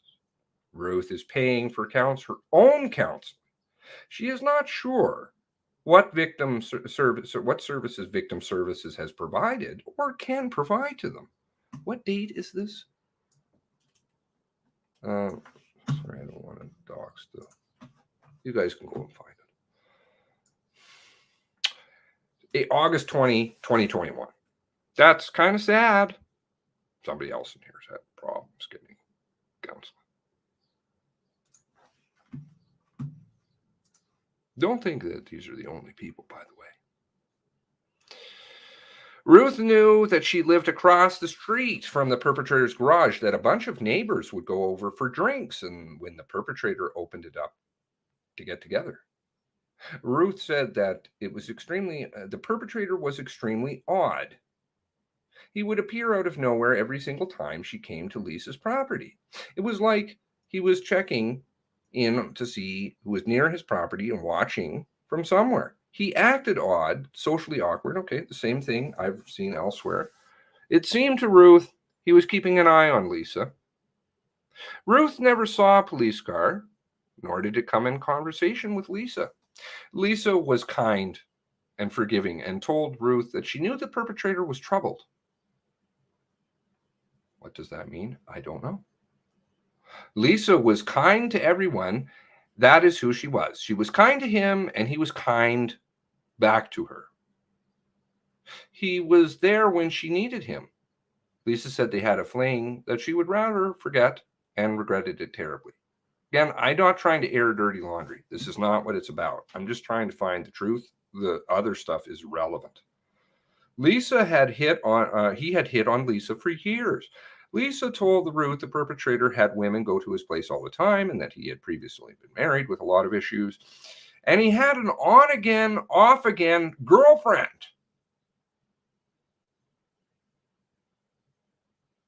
He was a player. Lisa McCulley knew the perpetrator got agitated when his girlfriend would come down. The on again, off again girlfriend? Lisa told Ruth that Banfield moved down to Portapique during COVID and that there had been there for a few weeks. Lisa told Ruth Banfield did not like her and would give her childish, dirty looks and talk about her on the phone while walking by Lisa's house, saying how much she hated it down there and that she hated animals. Remember the dog stuff? Lisa told Ruth the perpetrator controlled a lot of the area down there. Lisa McCauley was on the road committee with all the neighbors, men in the area, and they would not let Lisa take a higher role other than treasurer. She felt it was because she was a strong woman. They were very dominant, Lisa said. Lisa McCauley had many ideas with the road committee. She shared her ideas and said that they would cut her off. Lisa said, quote, they would not listen to me, end quote, and they were not nice to her. And she would leave, and she had to leave the committee and was disappointed. I don't know. Lisa was meaningful relationship with Leon Jowdry for approximately 5 months. After they split up, Lisa McCulley had endured many stories from locals saying that they were glad that she was rid of him. She found out that he had, quote, hit on many other wives. Again, these aren't my words. I'm just repeating somebody else's. So please, not getting in the middle of it, just reading. Neighbors that he and Leon did not have a good reputation, that he had hit on many other wives, and that Leon, did not have a good reputation. She was blinded and a bit ashamed. Leon also had spread rumors about Lisa McCulley, and she was baffled as to why. Lisa told Ruth the perpetrator and Leon had a confrontation, and that they were not on good terms. The perpetrator came over to Lisa's house and told her to stay away from Leon because Leon blank. He warned Lisa to stay away from Leon. Was he just watching out for her well-being? I don't know. Certainly sounds like it. Lisa told Ruth that she had moments of feeling unsafe and had to focus and be safe because of COVID and that she was home with her children. Lisa told Ruth many things that she loved about Portapique, the woods, the outdoors, the quiet time. She loved bike, snowshoe, swam, fished with her children. She also talked about other aspects about the community, including drinking, drugs, to which she did not like. Lisa said there were disagreements between her and neighbors. She thought it was unnerving. Ruth knows Lisa had many friends from many circles. She believed that Blair's, Bjorn, and Allie were close circle because they all had kids about the same age who were neighbors and friends. She enjoyed the beauty around them along with their children. They all had enjoyed. They had all enjoyed. I don't know. Is she part of that? Is she part of that circle? I don't know. Sounds like at least a certain person definitely is in charge of the road. And that didn't seem to work too well, so I don't know if they're friends. Don't know. Okay. Just throwing it out there. That's all. No accusations. Just putting out what I'm reading, which is all that it is. I don't need to feel the laptop lawyers. I would like to talk to you about why there's 403 pages to do with Celebrate on a phone. That is fucked up. So FBI, and you know who I'm talking to, pesky, poofy, like pesky beat GPS and radio channels. Very easy. This whole thing would be extraordinarily simple if the things that I keep harping on about, GPS, webcams, TMR2, GPS,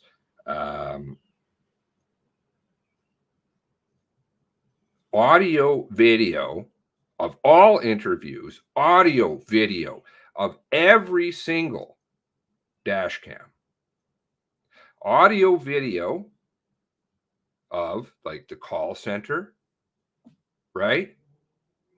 The audio logs from every single radio channel. These things, these pieces all will match 100% like a glove. They will fit. It's going to say on the GPS, say just picking a random member. It will say on the GPS, Grund is here at this time. At this time, the radio is saying these things. You're going to see it in the dash cam and hear it. Sorry, hear it in the dash cam audio. You're going to see that he's in the same place that the GPS says he is. You follow? All of it fits. His TMR2 will fit. All the call logs. Where is, what is it? That was one channel they're holding back. I forget now. I've messaged about it. I mentioned it the other day too. Oh, okay. A couple new messages. Been online. Okay. Good for you. Text from Rodney. Sorry, reviewing. I want to get to your questions. Now, I wanted to clarify this. This picture is supposedly a picture of the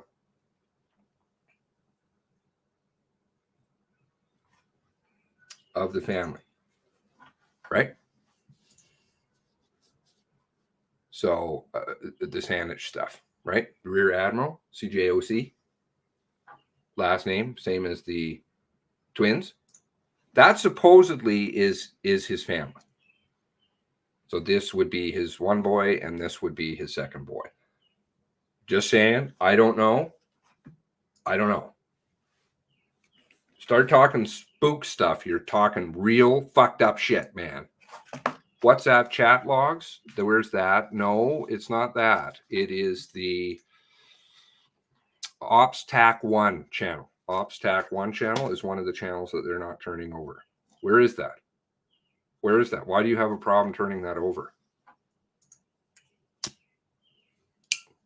Okay, Lisa questions. Let's continue because that's important. Focusing on Lisa this week. I know I'm throwing out a bunch of different things, and I'm sorry. That's the way my mind works. And I like to get things kind of on the record somewhat. But Lisa is the focus. And I see that there are things trying to take things elsewhere. Stay on target. Deal with those all another day. And I'm sorry that I take things off too. But I do apologize. FBI has agents working as customs officer in New Brunswick, Maine border.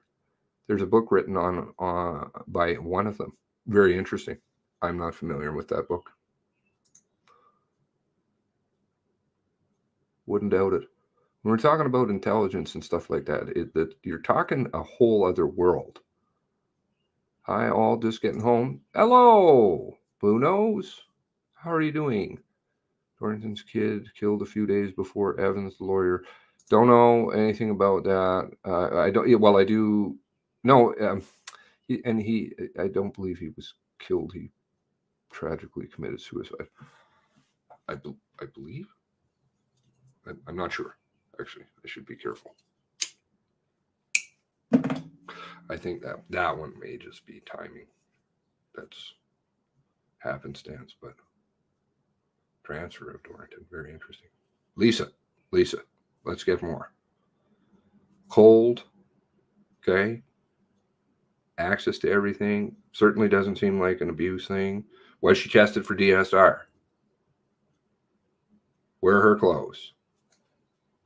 Who took possession of those? Who has the chain of command? Ops TAC 1 would be all general duty comms from CIC. General be very telling for officer movement and assignments. Okay. There's so many questions for Lisa. There are, but you guys are seriously in the know. And that's where they're going to come. They're going to come to write the narrative on the opposite side, but they'll also come to the right, get the questions, the lawyers for the families. They will pay attention. Which hospital did she go to? How long was she there? Good question. Great question.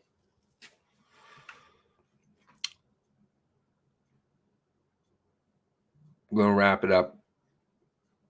So let's get some more out there. Please. I want to hear what you guys have to say.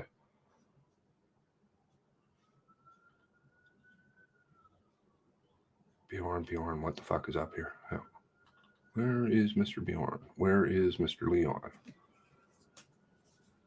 Absent.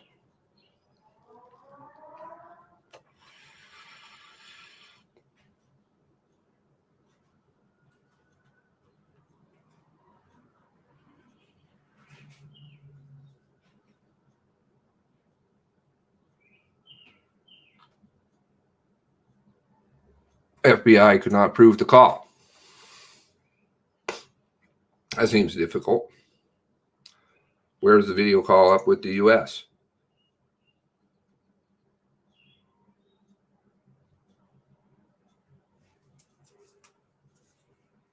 Who are the voices that she heard?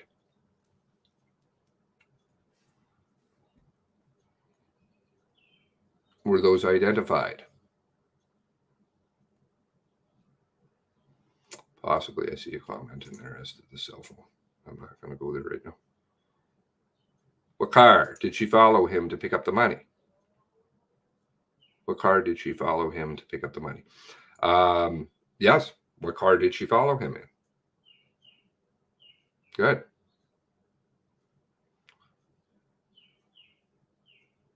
I don't remember if she said or not. What was she going to do if he got pulled over? Who was she going to call? She was going to, according to her, she was going to call the police.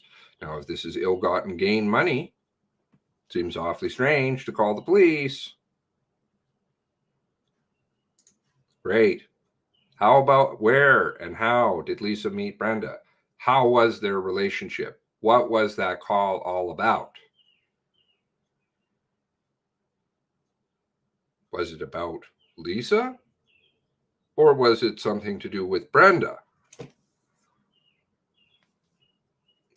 How about Lisa provides a sworn statement from her FaceTime transcripts for the video chat? Affidavits. Let's get affidavits. Legally binding. Lisa, were you in possession of a RCMP replica cruiser? Marked. What business did you attend to while driving it? Very good. You got, I told you I'd get you in a police car, deputy. The old car, the new car, multiple cars, not stripes. Police and her handler. That's come up.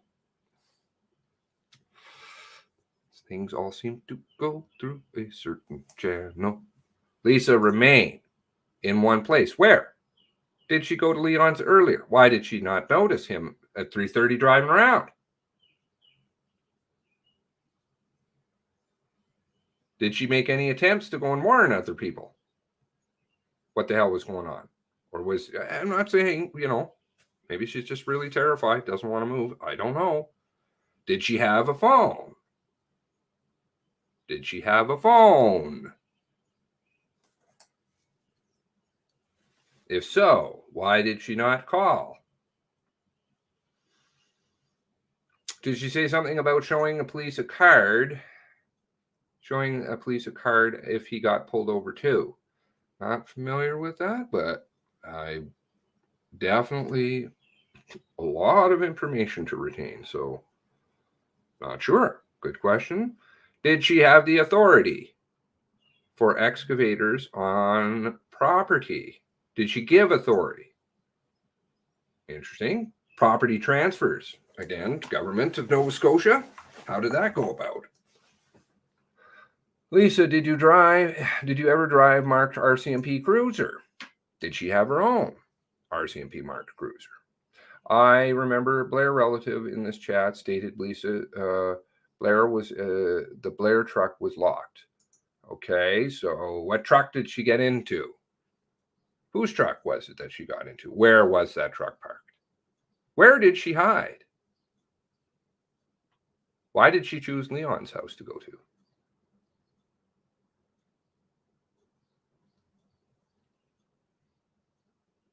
Okay, I think we're getting... Did Leon give her any clothes? Shoes?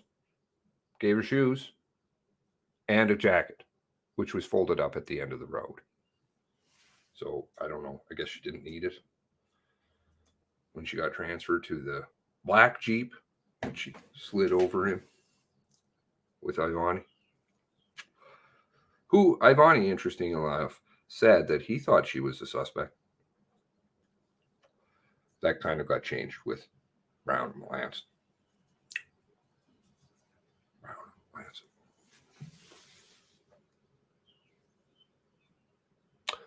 Did she leave them anywhere and why? What did he give her? So shoes and jacket, that's my understanding. The shoes were in the RCMP possession for a long time. There is reference elsewhere to keeping somebody's shoes, and would the shoe prints appear in the Blair yard? So is that something to do with it? Were they using shoes to compare footprints and possibly in biological materials? We'll just leave it at that. Try to be sensitive. Is that why the shoes were kept?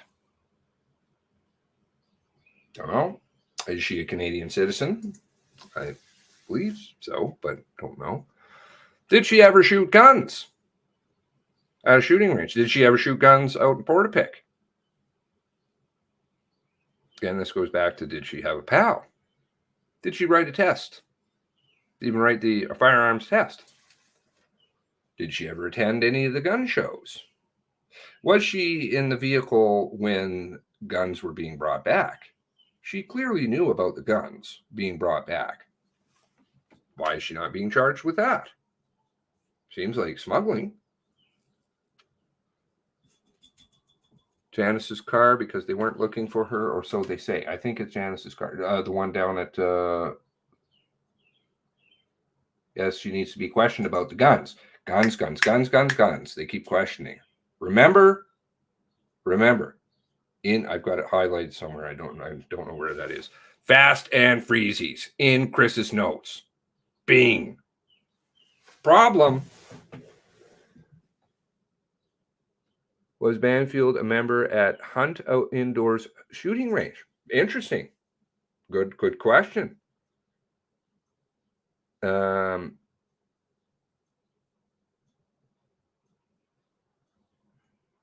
don't know if that's why they kept him. I'm not sure. He said that he had very much a hard time getting the back, right?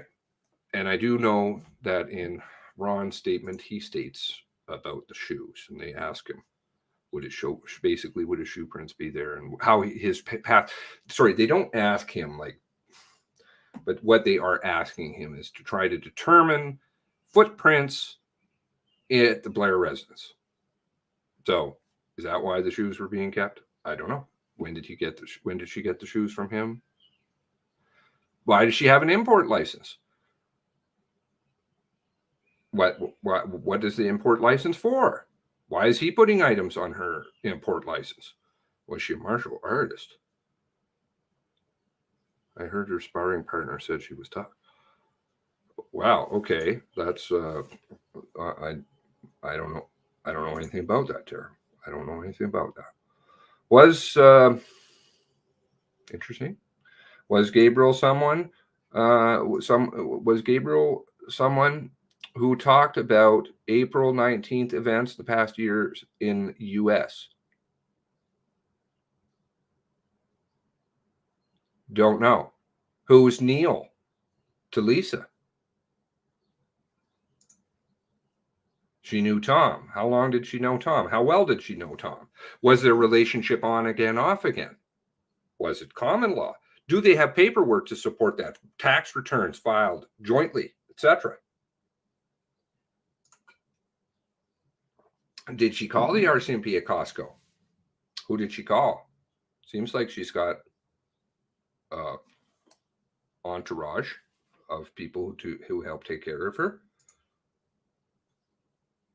Why do a trial run days before driving the route? Is that what was going on? What was her relationship with Gina?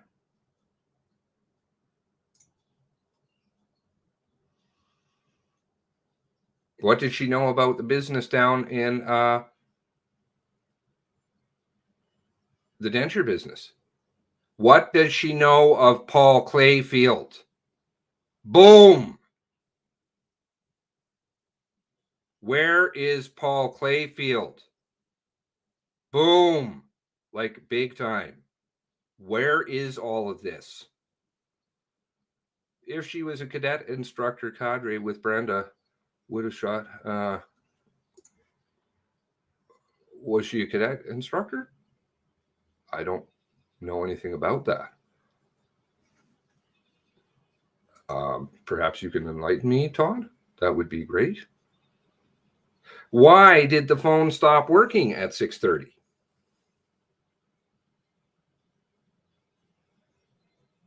Whose phone was phoned from? Remember in the interview I did with Leon, he said he couldn't recall. I think he said he couldn't recall. Something. It was odd.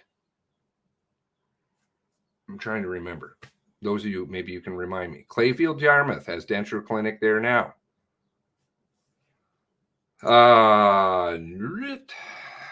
Nah, okay, I don't think so. Yarmouth Denture Clinic is not listed anymore. I don't think so, but there's all kinds of Clayfield denture stuff going down. And Clayfield is Wortman.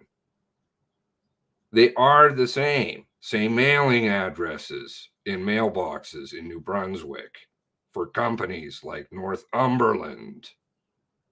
Provable, same phone numbers. Who is this person? And what does Lisa know of him? And what is her relationship with him? All kinds of cousins would be fight encouraged by drunk parents. She's a tough cookie, I suspect. Okay, I don't know. Oh wow, that just something pinged in my head. Save that for another day. COVID in Banfield. What time did Wortman wake you up? What time did this all really start? Clayfield's FFX Ventures. Yes. Panama Papers, Paradise Papers. We're talking big stuff now if we start moving there. That's, I think, really, they don't want to go there. They don't want to go there. And somebody in here knows something about that too. So there's a few of you guys who do. But just keep it for now. Keep it for now. We'll go there. Paul Clayfield. How often was Gabe in Portapique without her? Why does Lisa McCauley say it's on again, off again? Are Banfield's clothes the ones that she wore that night in police evidence? If so, can they be tested now? Who took the chain of command? Are we talking Brown and Melanson again? You know, because they're everywhere.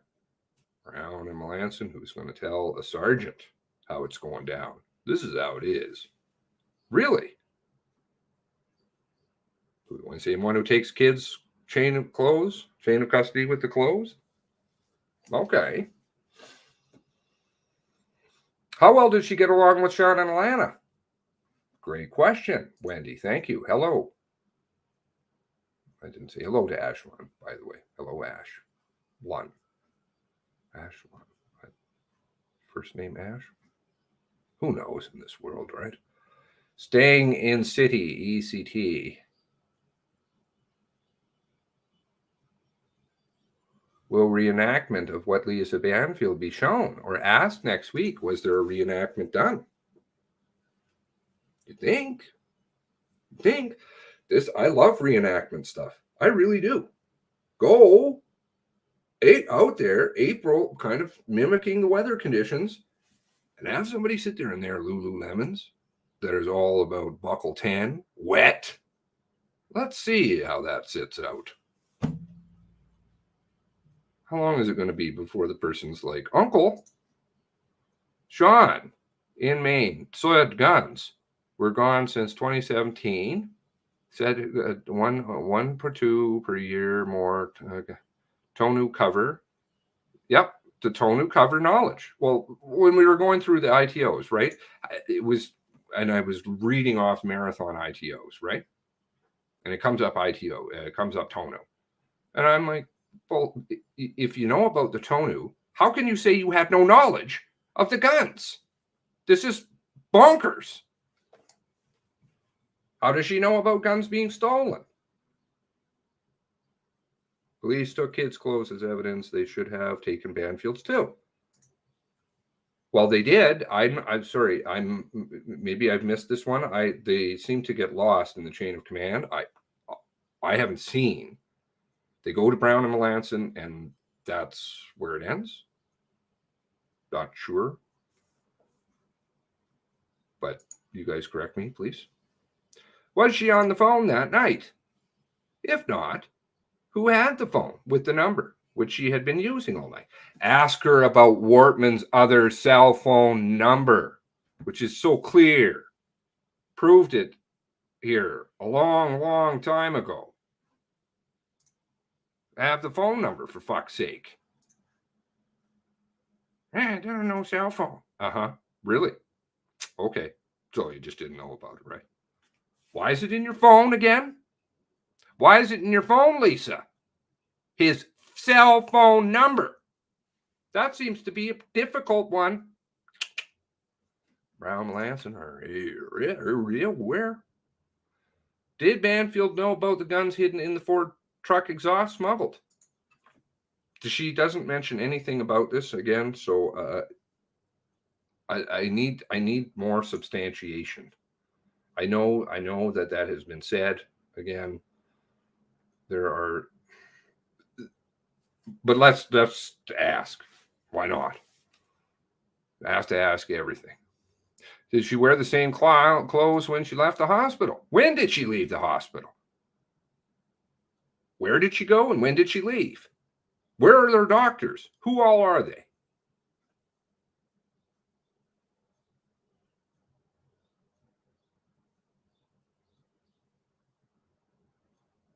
I have to be careful here on some of this stuff. How did she sell a truck that was said to be burned? Appears that it was sold afterward. Is that the proof? Is that picture? Terrible picture, by the way. Whoop. When was the picture taken? The white truck that's still being looked for all throughout the next day. Not just in. Was she on the phone? Okay, let's see here. How would that guy not notice Wortman stole his gun? Okay, well, now we're down into the States, but definitely. And Lisa's like, the room was locked. But then I think she's talking about the dusty, like that stuff never added up. Can't remember exactly what the conflict was there, but very contradictory. If him, why in her statement does she say that she did not have a phone? Don't know. Smashed? Where? Where was it smashed? Again. Oh, sorry. Where is the F1 located? Yeah. Yeah. Okay. I'm not gonna. You've got a couple things coming out there I don't want to go into right now.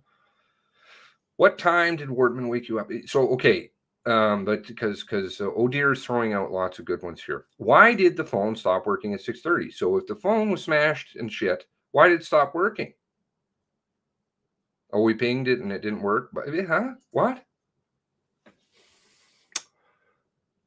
Warman's RCMP uncle knew he was smuggling weapons across the border. Okay, all right. So now we're deviating a little bit.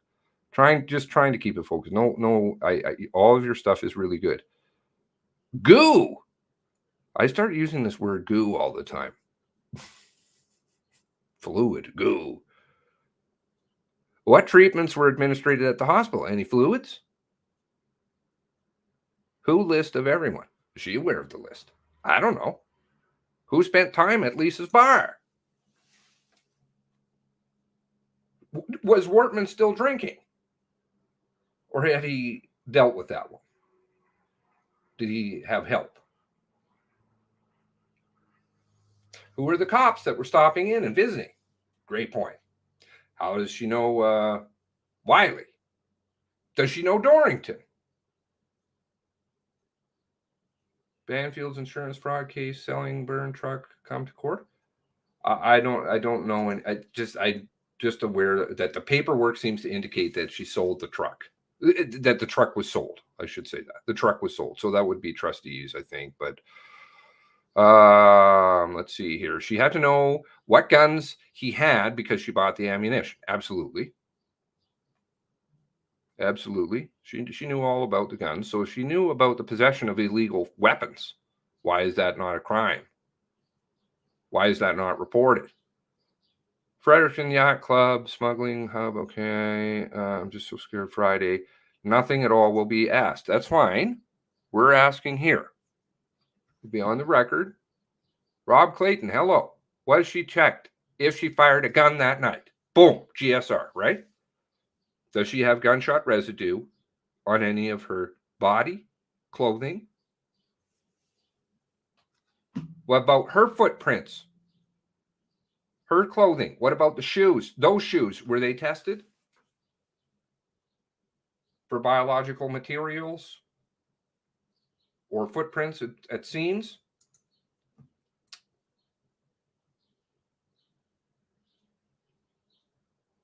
Okay, so did she have access to security camera footage? Good question.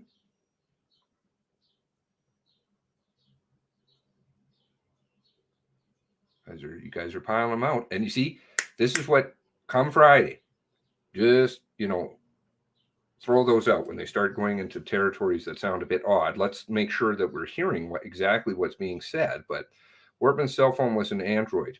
Yes, it was. They said that Matt Bowes, Clayton Miller, cover. Okay, she knew secret Heidi's. The secret Heidi's. No offense, but that's the way it's spelled. The Heidi's, secret Heidi's. Police also had info at the time that it was being investigated.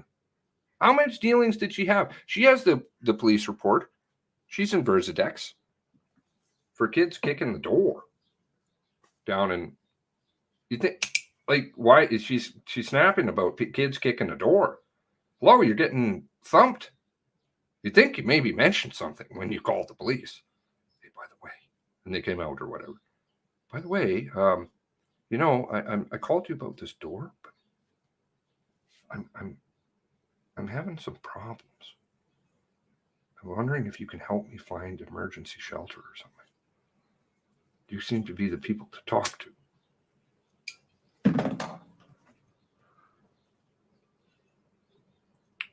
Why wasn't she picked up with the heat-seeking equipment? Found deer? No problem. No problem. Yep, got the drone up there. Did Lisa meet with Fentrax CSIS Jessica over association $475,000 Brinks withdrawal?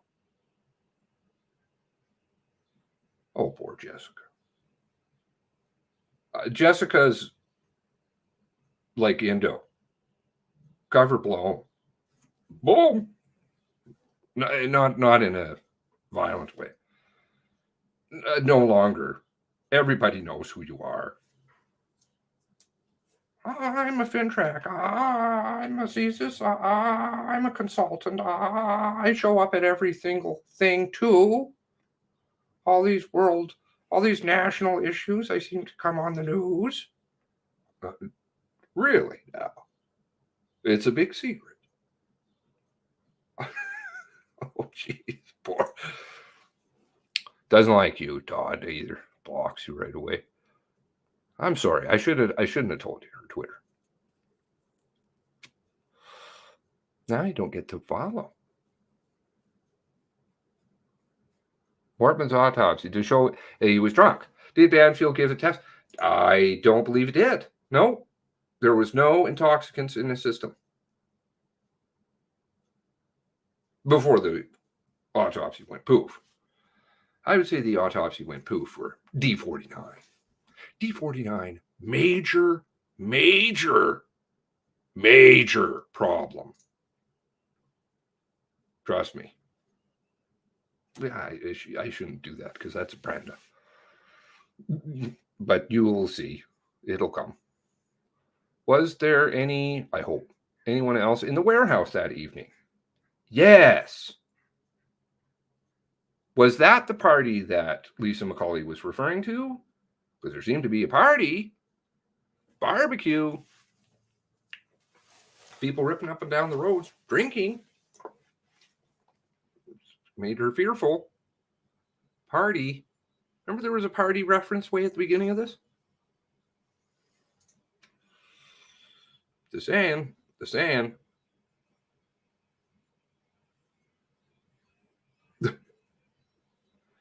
You can't say that, Blue Nose. Mechanical disruption. Come on. You gotta get with the times, man. Mechanical disruption is where it's at. It's not listed anywhere, but it's his term. He invented it. Huh? Okay. Where's the bag of cash? Where is she hiding it? First stories. Fish stories? Is that what you're writing? Fish stories? Most Chief Medical Clayton. Yeah. Greg is not closely related to Rupert as far as I know. Could be wrong. I think Greg, well, I can show more. If we want to go there, I got more.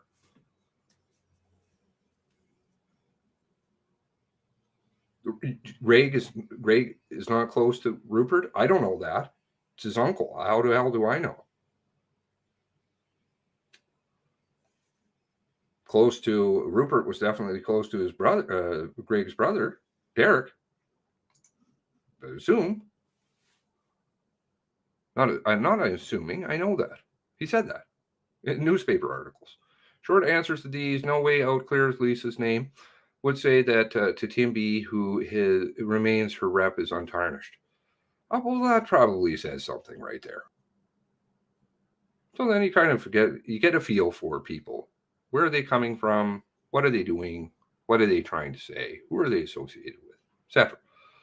Puzzle pieces all kind of start to go together.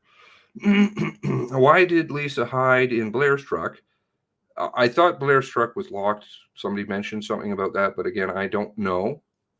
And not go inside their house for help. Greg had a gun and would have killed Gabriel Wortman. Well, that was the first scene. So I don't know if I don't know. I don't know anything about timing.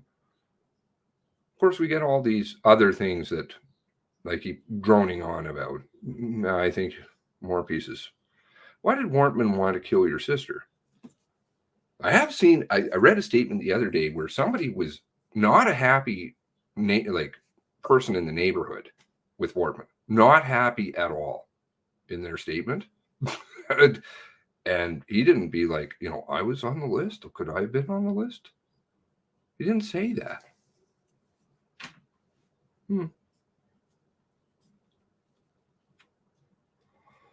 Why was Dorrington at every single crime scene?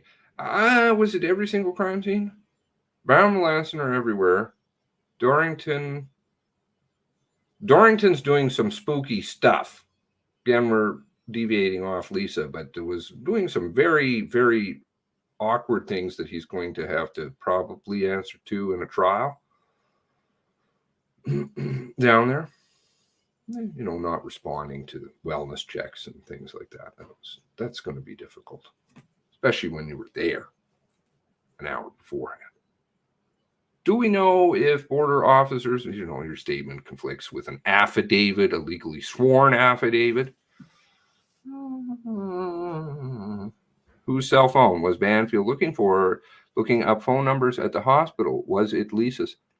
Whose cell phone was Banfield looking up phone numbers at the hospital?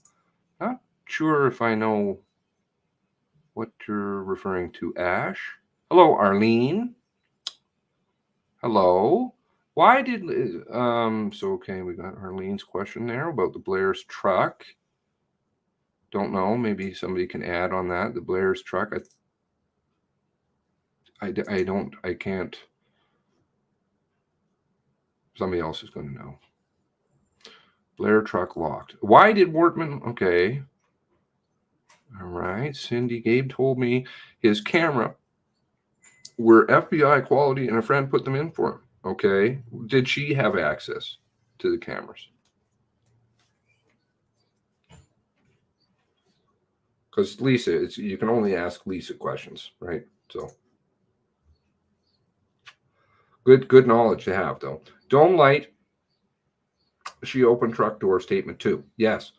Which never really adds up, right? So if you're going to get into a vehicle, sure, okay, you open the door and the light comes on.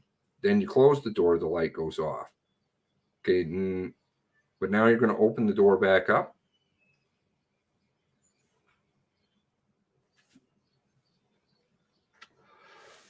With the yellow vest in there. Okay. Hours later, how did she know all the cars were burned? If one at the warehouse caught fire after the police were on scene? That's a great question. She says in her statement she doesn't see them. She just sees him pour gas on them, which I don't know how, if she's in the warehouse in the car, how she has x-ray vision to see outside and see that way down the lot where the cars are at the warehouse. But in terms of 200, 200 is where the car caught fire afterwards. I don't know if that was from a spark, but she said she didn't see him light it on fire. Well, and that's her car. Which vehicle was she in? Was she in other vehicles that night? Did she jump from vehicles? How did she get out? Let's have the crime scene recreation. Just her driving, crawling out through the silent patrolman, because I'm sure it'd be that hard, or somebody of similar size and stature. Preferably not somebody who's working for the Chinese Acrobat Society or whatever. I'm not saying that. I'm just saying that the shoes were kept. And it sounds like there was some shoe evidence. The police may have been looking at the Blairs. The gas she paid for. Okay, yeah. Where's the receipts? Where's the receipts for all this stuff? The receipts, the banking records, etc. Oh, that'll be privileged. Did she? Yes, I see that question there. it's a very valid question, very valid, but it's a dangerous one. So I'm not, yeah. It's a, wow. That's kind of straight to the point, isn't it, Julia? Cops access at iCloud 193 Portland Street Clinic was security cameras on that, videos on that. I don't know. If the videos, he had all this video stuff and it's iCloud stuff, right? Well, then that means there's a record of what went on. Right? All the cameras down in Portapic would be on the internet.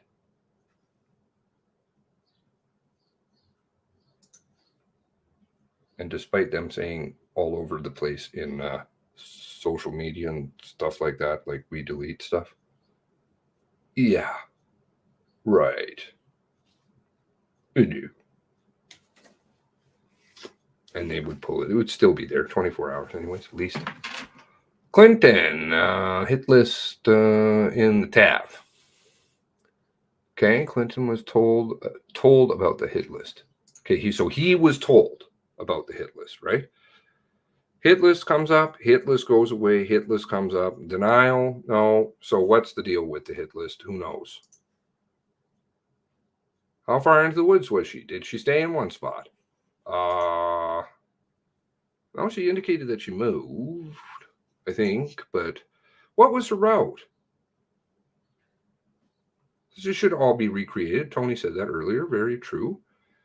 In our chat here, family member Blair stated the truck was locked. Okay, so Tony says that the Blairs, when they were in here earlier one day, they said the truck was locked. Okay, so it's not the Blair's truck. Whose truck? Who owned the gun on the woodpile with no magazine? Was it Blair's gun or Gabriel Wortman's? Okay, now the gun on the woodpile, which police officers seem to say is a .40 caliber, but in the crime scene investigation stuff, the FIS reports, they indicate that it has hallmarks of a airsoft gun. Not sure what's going on with that, but I never was able to get that one sorted. Okay, let's stick with Lisa, and then apparently they did the reenactment sliding through the patrolman shown on Friday. They did do one. Okay, thank you, Arlene. Wow. Okay, thank you for sharing. I'm not aware of that. Is it in a foundational document? We have cinder glass slippers. Perhaps MCC can round table.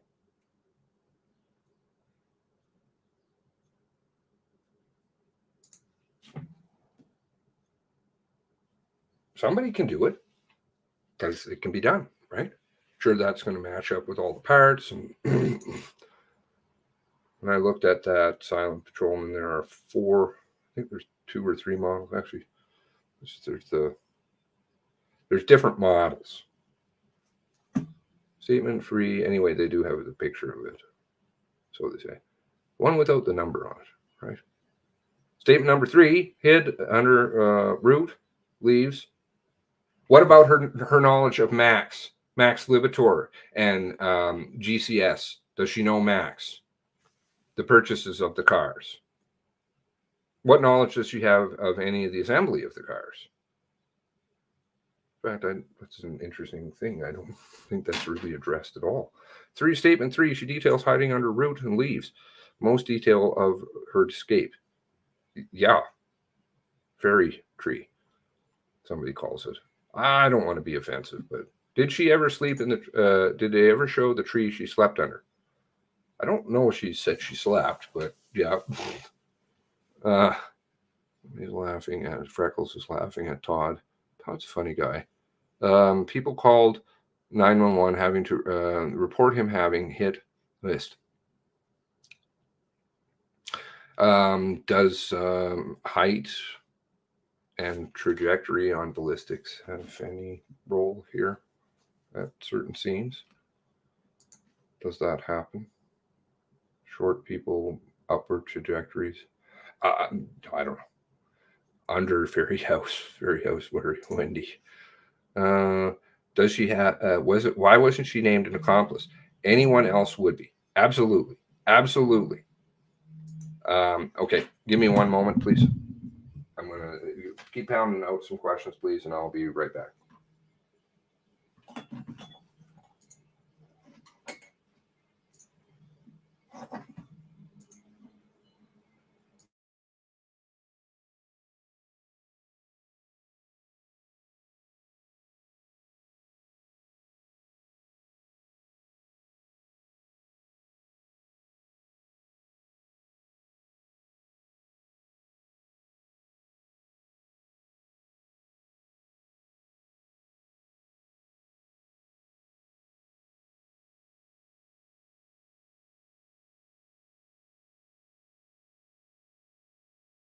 Okay, give me one moment here. I got some.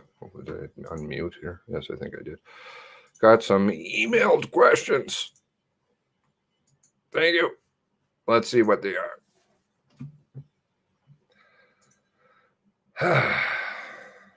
Where were you during car 54? Interesting. Were you with Gabe when he showed Max pictures on a phone? And was not, if not, was he using your phone or what? Interesting. Yeah, the pictures up at the. Okay, good stuff. How did you reach him when he was traveling and away from the computer? Why do you have a cell phone in your under Gabe in your contact list? Which is his cell phone. Before you went to Leon's, were you hunkering down near his house or were you a distance away? Did you ever cross the road? Cross the road, may have seen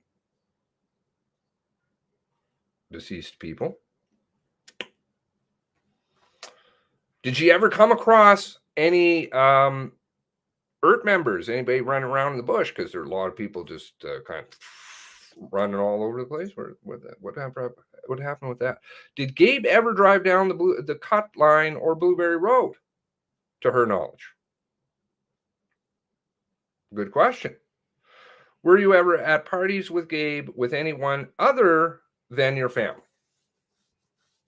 Car 54. There was something that triggered another question. Car 54. Got the Wilkie stuff. Got a few out there about that. And Dorrington. All right. Survivor Spandex. Super good questions. Oh dear. Okay. Oh dear's got here. Let's see here. Were you treated for hearing problems after a gun went off by your head? In closed proximity. Why does the story alter about the travel from the warehouse to then being at the warehouse? Involving oh dear's question here. Guns were going off outside, then suddenly they're inside. Was tree checked for DNA? I didn't. Yeah, that's. I didn't think do that. Okay, but that's interesting. How and where was Gabe able to shoot his guns? How often? Thank you, Blue. How many of her fleet were proceeds of crime auction vehicles and picked because they had prior knowledge via Max vehicle smuggling compartments? Okay. Tax returns. Who's really paying for everything? Glows, I think. Glows.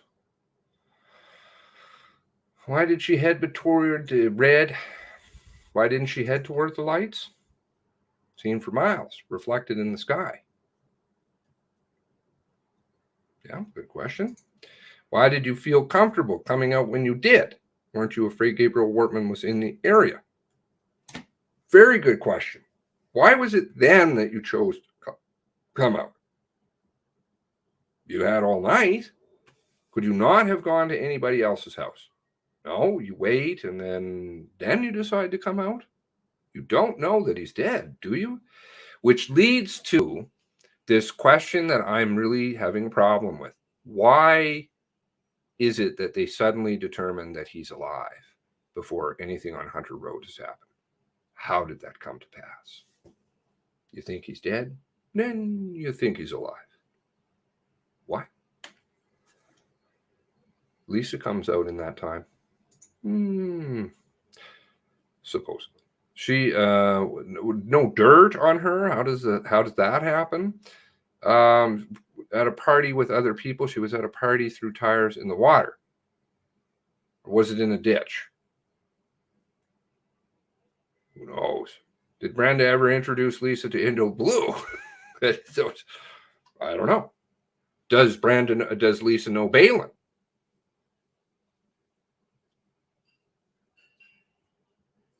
Or Levesque? Why run to a cop car? Is there anything anywhere in the foundational document, LOCK, pertaining to all the cameras in the area? Not really, funnily enough, but there are a lot of people who have cameras. But in fact, there is a reference to one person's statement. They're talking about they have cameras everywhere too. How much clients charge for dentures? Well, they like to give them away for free.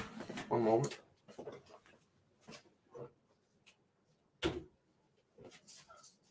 Okay. Wortman didn't have ERT tabs, so how did Banfield not go to them when they were all over Portapique? Yes, good question. Found a reference to a 6:30 tab entrance. Don't know what that's about. Maybe that's the second tab, the slow moving tabs. Just happened to go to the Fishers first. Right. Why did Lisa not go to the warmest building, catch up, wait, please, when you were hearing coming miles away? Good question. Again, that's kind of, somebody was touching on that a little bit earlier. But great question. Thanks, Todd. Honkering. Weren't they making drugs in denture presses, allegedly? Lots of misinfo. What Honkering is saying at the second part of that is so true. They've been farming misinformation since day one. It becomes very, very difficult to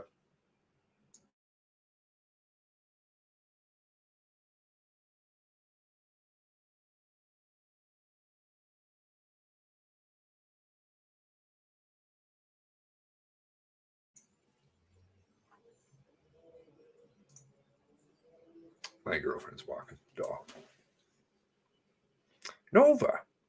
Ditch water, whatever, hell of a story. Did the government have contracts for dentures with prison? There may be contracts, yes. Is Lisa okay related? Yes.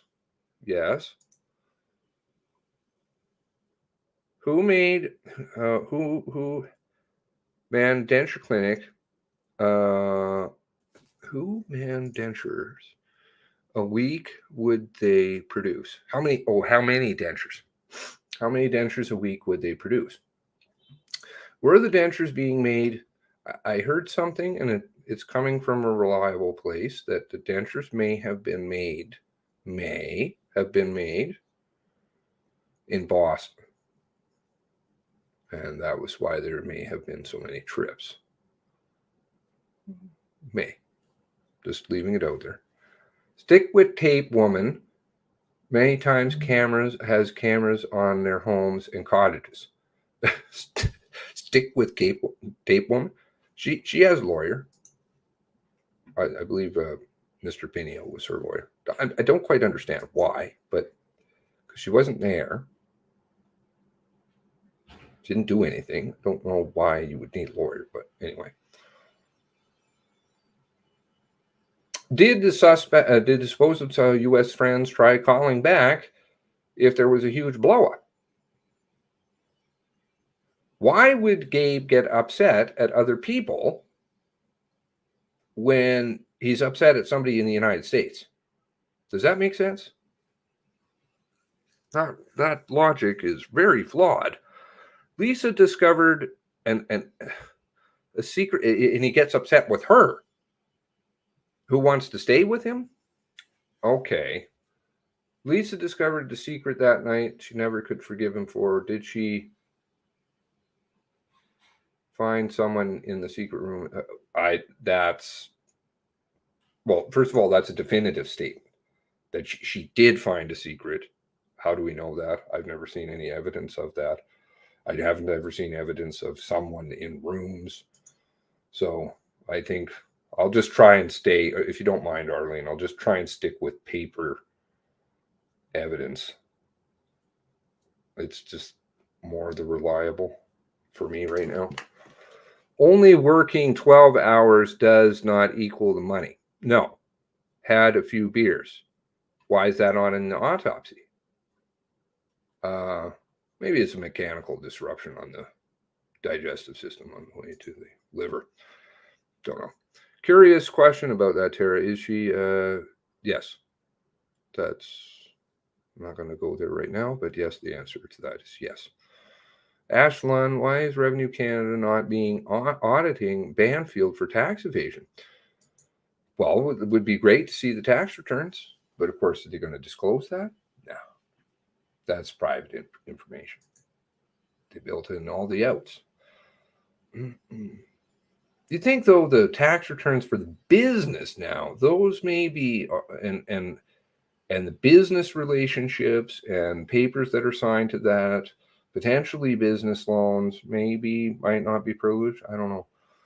Was she aware of any more bags of cash that were stashed around other properties not discovered by police? Don't know. Did the police ask her to return the cash? Hey, we want our money back. Stop. We want our money back. We want a refund. You guys are bad employees. Come on. Whatever spook network you're working for over there. We want it back. Had a few beers. You may be called on the RCMP. How much money from estate does Lisa Banfield have before, and how much will she get after estate settle? No idea. That's going to be. Don't mind me. The stick lady was brutal. Don't. I know some of you happened to read the statement or listen to when I read it aloud. It was a very interesting statement.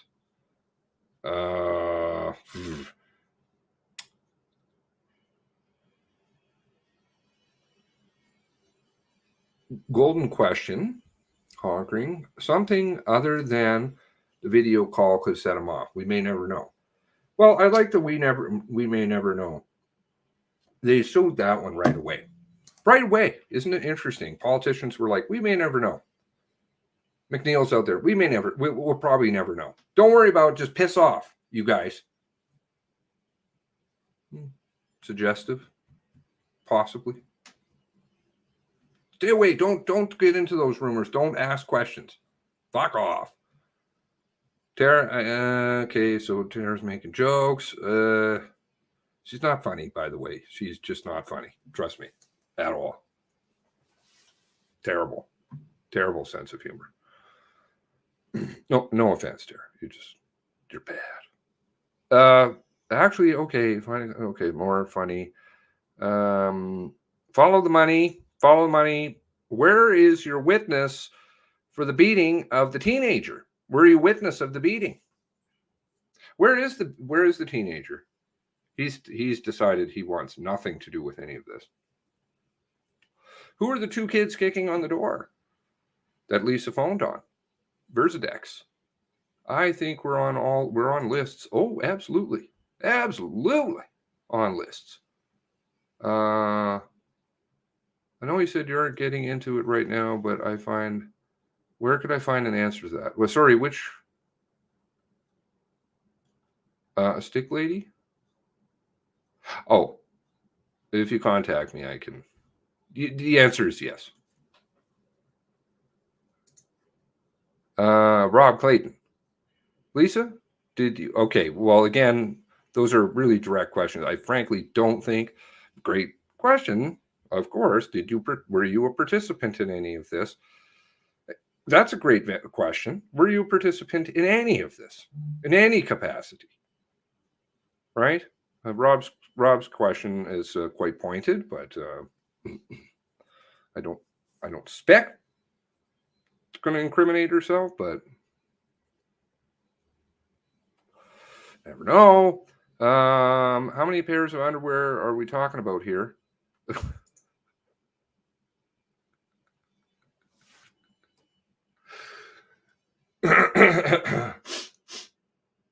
Yes, a lot of underwear. I'm wagering it's going to be upward of 100 million at this point, easily, between all the goo that's running around in the background. Did everyone read Wortman's dad's interview? I have not. I did not. I don't believe so. Wow. Okay. I'm gonna stick with Lisa for now, but until Friday. But I'm absolutely happy to go there. Drunky O'Brien, bum a beer off you. Oh. Sad. Like they're just throwing out anything that will just stick, and it's not. Canada's version RICO opens up Gabe and Lisa's entire life to court scrutiny, proceeds of crime. Proceeds of crime investigation, absolutely. That's right. Those are really messy usually, and hard. Jessica could help for sure. I know she's definitely looking to find the truth. She may be busy with Tamara right now or something. I'm not sure what's going on over there. You're not funny, Tara, so move along. Witnesses kids DeBert contacted HRP father. Did Banfield know the father? Witnesses to kids at contact HRP father. Did Banfield know the father? I don't know. Who of in the story does she know? Who? Did she know the Tux? I'd like to know that one. She says she doesn't, but that's more coming from a personal end. But sarcastic dark humor is the best good way to go dealing with things. Yes, but Tara doesn't have that. She talks about playing basketball or something. Lame.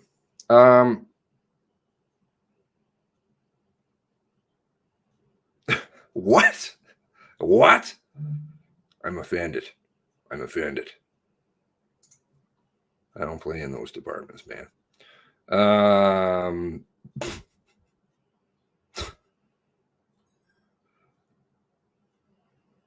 Vomit face. Okay, that's obviously something I've missed. Lisa, joint bank account did you have with Gabe? How many bank accounts? How many alone? They blacked all that out. She has a lot. She has a lot of the bank accounts. But how many was she co-signer on? Absolutely. Co-signers on credit cards. Which ones? I'm pretty sure she is on the TD one. MCC or underwear thieves. Wortman's dad seems like a weirdo. I don't know, and I try. Is that a socially awkward thing? Maybe he's having a mechanical disruption. Don't get him sidetracked. Do you have another? Yes. There is a reference to this. There is a reference to another location I've come across. So does she? Did they have another piece of property elsewhere? Not that we not know about in Nova Scotia, a camp, as you guys like to call them, camps down there. What were the values of the accounts? 100,000. I'll tell you that because she knows the limits. Pretty sure. CDIC, you know, because you don't know anything about business, but you know all about depositor insurance. She knows about the money. Does Banfield know if Wortman had a camp in the Sutherland Lake area? Okay, here's the reference again to the camp. She knows about another camp. Yes. So why were you having X amount? Did you not leave? Yes. If you have so much money, what's the problem? You're down there in Dartmouth. Hell, you can leave the province. You've got all kinds of cash. Basketball. Yeah, Tara makes terrible jokes about basketball. Terrible jokes about basketball. NBA is not calling. Fintrack, Jessica, busy rubbing elbows with anti-hate. Yes, I'm not even going there. This the stew. Why are you worried about nieces? Your nieces being around. Why weren't you worried about them? Yes, if he was such a terrible person around women, and good question, great question. Oh dear. Did Gabriel ever pass out, seize up, show signs of brain tumor injury?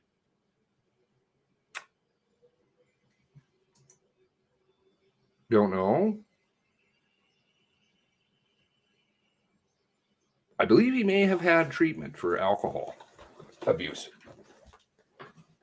So, and there are references to him not drinking anymore. So, I don't know if the drinking thing is applying necessarily anymore. It doesn't. Yeah, Wiley talks about that. Soda pops. Why are you worried? Okay, self-defense training, has Lisa been involved in the past?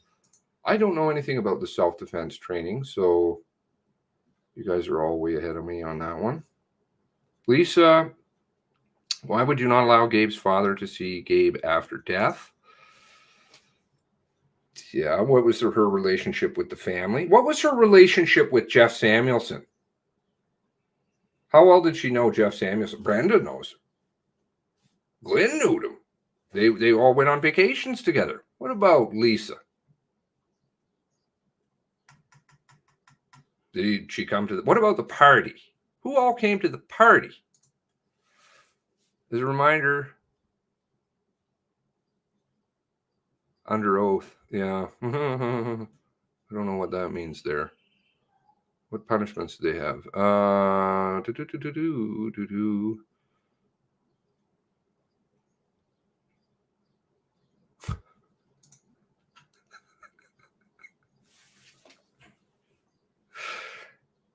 It's a terrible joke.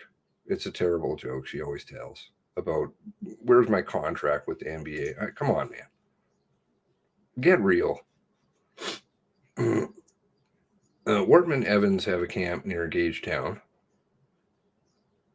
Okay, I've heard reference to a camp, and I've even seen reference to a search that's been done at a camp, and related to fishers.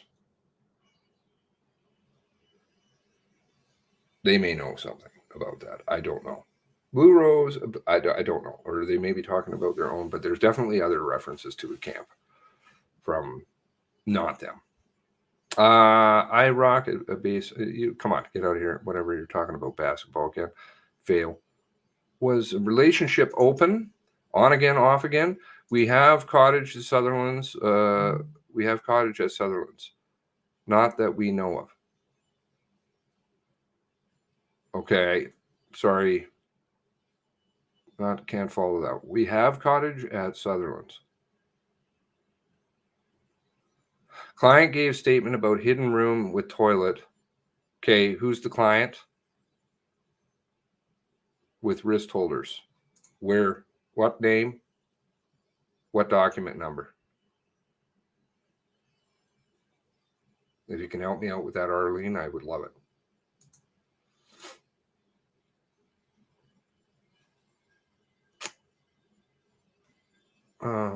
Gabe's autopsy would have been revealed alcoholism. Absolutely. Didn't seem it. No mechanical disruption going on in there. The liver seemed normal, as I recall. I don't know. No intoxicants in the system at the time. Nosy Matt Bowes. Enough said on an autopsy. Mechanical? Identify 6'9". Whatever. Jealous of other women. Why is Lisa jealous of other women? Did Lisa have any other relationships with anybody? Was it a open relationship? On again, off again. Okay, white privilege stuff. All right. Was aware of relationship with other women. Was she aware of other relationships? There are fissures at Sutherland's. Okay.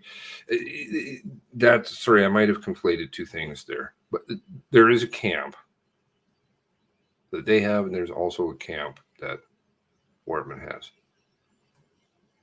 Sorry, not nosy, responding to possibly. But again, these are all questions that are valid. Like, I'm not trying to answer them. I'm just giving you what I'm aware of. But all these questions are valid and should be asked, or many of them for sure. How many men, if any, does Gabriel Wortman have relations with? Exactly. I have a theory about all that, but I've had that for a while. If so, why would they not say he was abusive? Okay, now, so we gotta go back to part one. If so, why is she aware of any other relationships? Is the first part. If so, were they any she was aware of, not victims? Okay. If so, why would they not say that he's abusive? Where's all the other entourage that should be coming out? It's all these women. He's a player, right? Should be like vast numbers of women coming forward. I think you're abusive. You're one way. You're going to be abusive all around. Anybody interviewed ex-husband Wagner? Wagner. Interested to hear what he has to say. Wasn't there a camp Eastern Shore, Dartmouth? That statement, Cindy. Hello. Statement with closed toilets is my daughter's statement. Okay, and a deceased witness statement. Okay, so is this some kind of kinky thing? Or not that I particularly like to go into that area, but was it something kinky or more? Because I'm getting the feeling that maybe there was just kind of some adult fun, different strokes for folks fun. And that may have been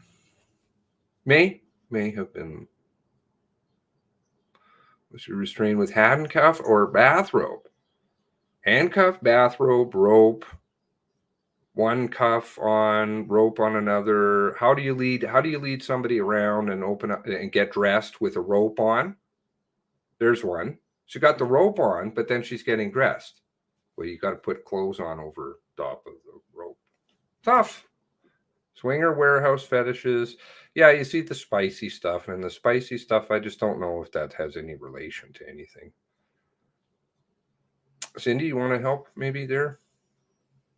They saw it that night. They showed us the car. I think I'm getting the feeling it's just more spicy stuff.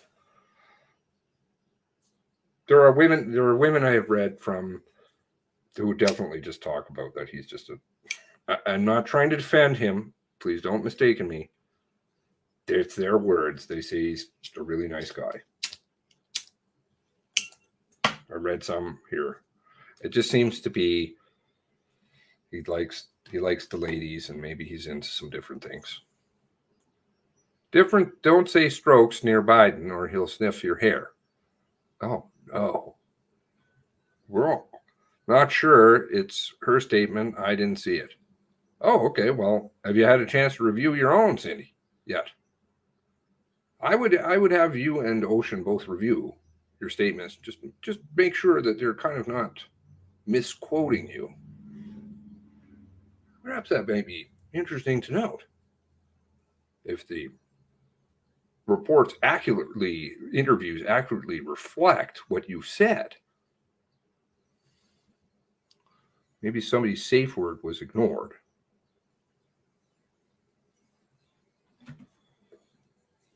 But that's possible. But I mean, again, why would you go and kill other people? I'm not understanding. When did you start a relationship? When did your... I don't think that's a me, so I'll leave that. I think that's... Deer's asking somebody else in the chat. Cindy didn't get around to reading it.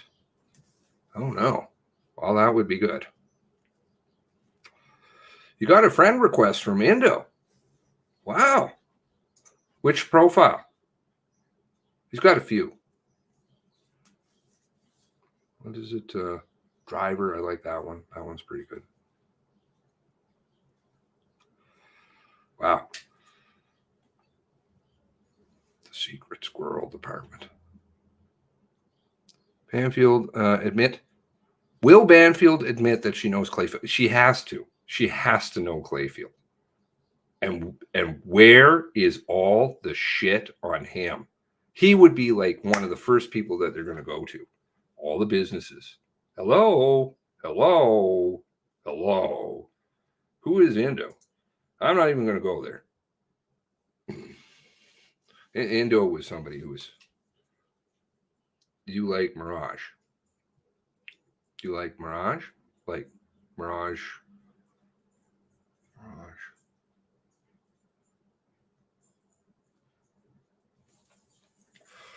I always think of Las Vegas things or something. Maybe. India was friends with Clayfield. I don't know. I would say that whatever's going on over on that neck of the woods is probably where the glowy stuff is going on. You can't find the statement. Okay, well, you can't find the statement. What is it? EE. What is it? Here. Yours is EE, right? EE. Here.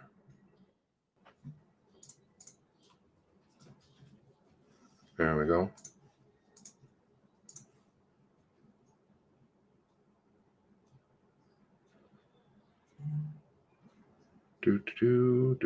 Isn't it? Madam 2014.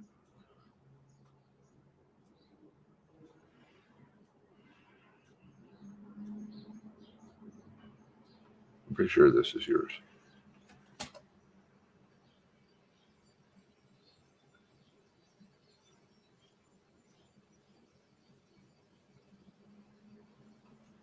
Somebody's typing on the other screen. I can't see it.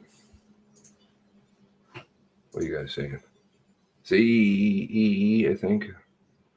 I think here's one. Lisa can't deny knowing Clayfield. He's literally attached to her denture clinic. Exactly. Attached to all the businesses. No. Sorry. I don't know who that. Okay. Anyway, I think we got some questions here. 3 hours worth. That's a lot of questions. And have a lot of law enforcement places for conferences. What are you talking about? Casinos and such. All right. do have a fantastic evening. Thank you very much for participating. Anybody who's watching, please add comments below, questions, corrections, anything that you have to add. If I'm wrong in any areas, please let me know. I'd appreciate that. And I'm just reading what I know.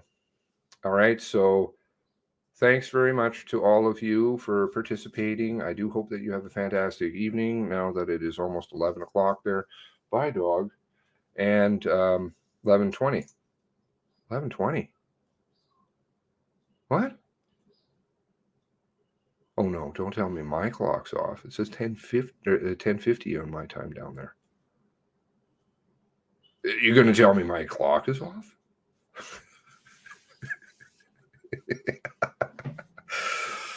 All right, so, who's to know? Who's to know? Maybe we'll find out all kinds of things, and I'm just going to be like, wow, this will be very interesting. Oh, in Newfoundland. Newfoundland.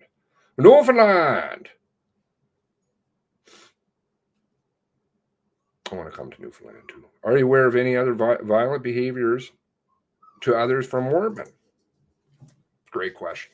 See, they keep popping out. Thanks, oh dear. And she's got files. All right, thanks all for participating. Greatly appreciate it. Again, comments below, corrections, anything. God bless you all. Okay, this is a ride, and for all the family members, for sure, this is a hell of a ride. Send them your thoughts and prayers, and for you all too. God bless you. God bless the 23.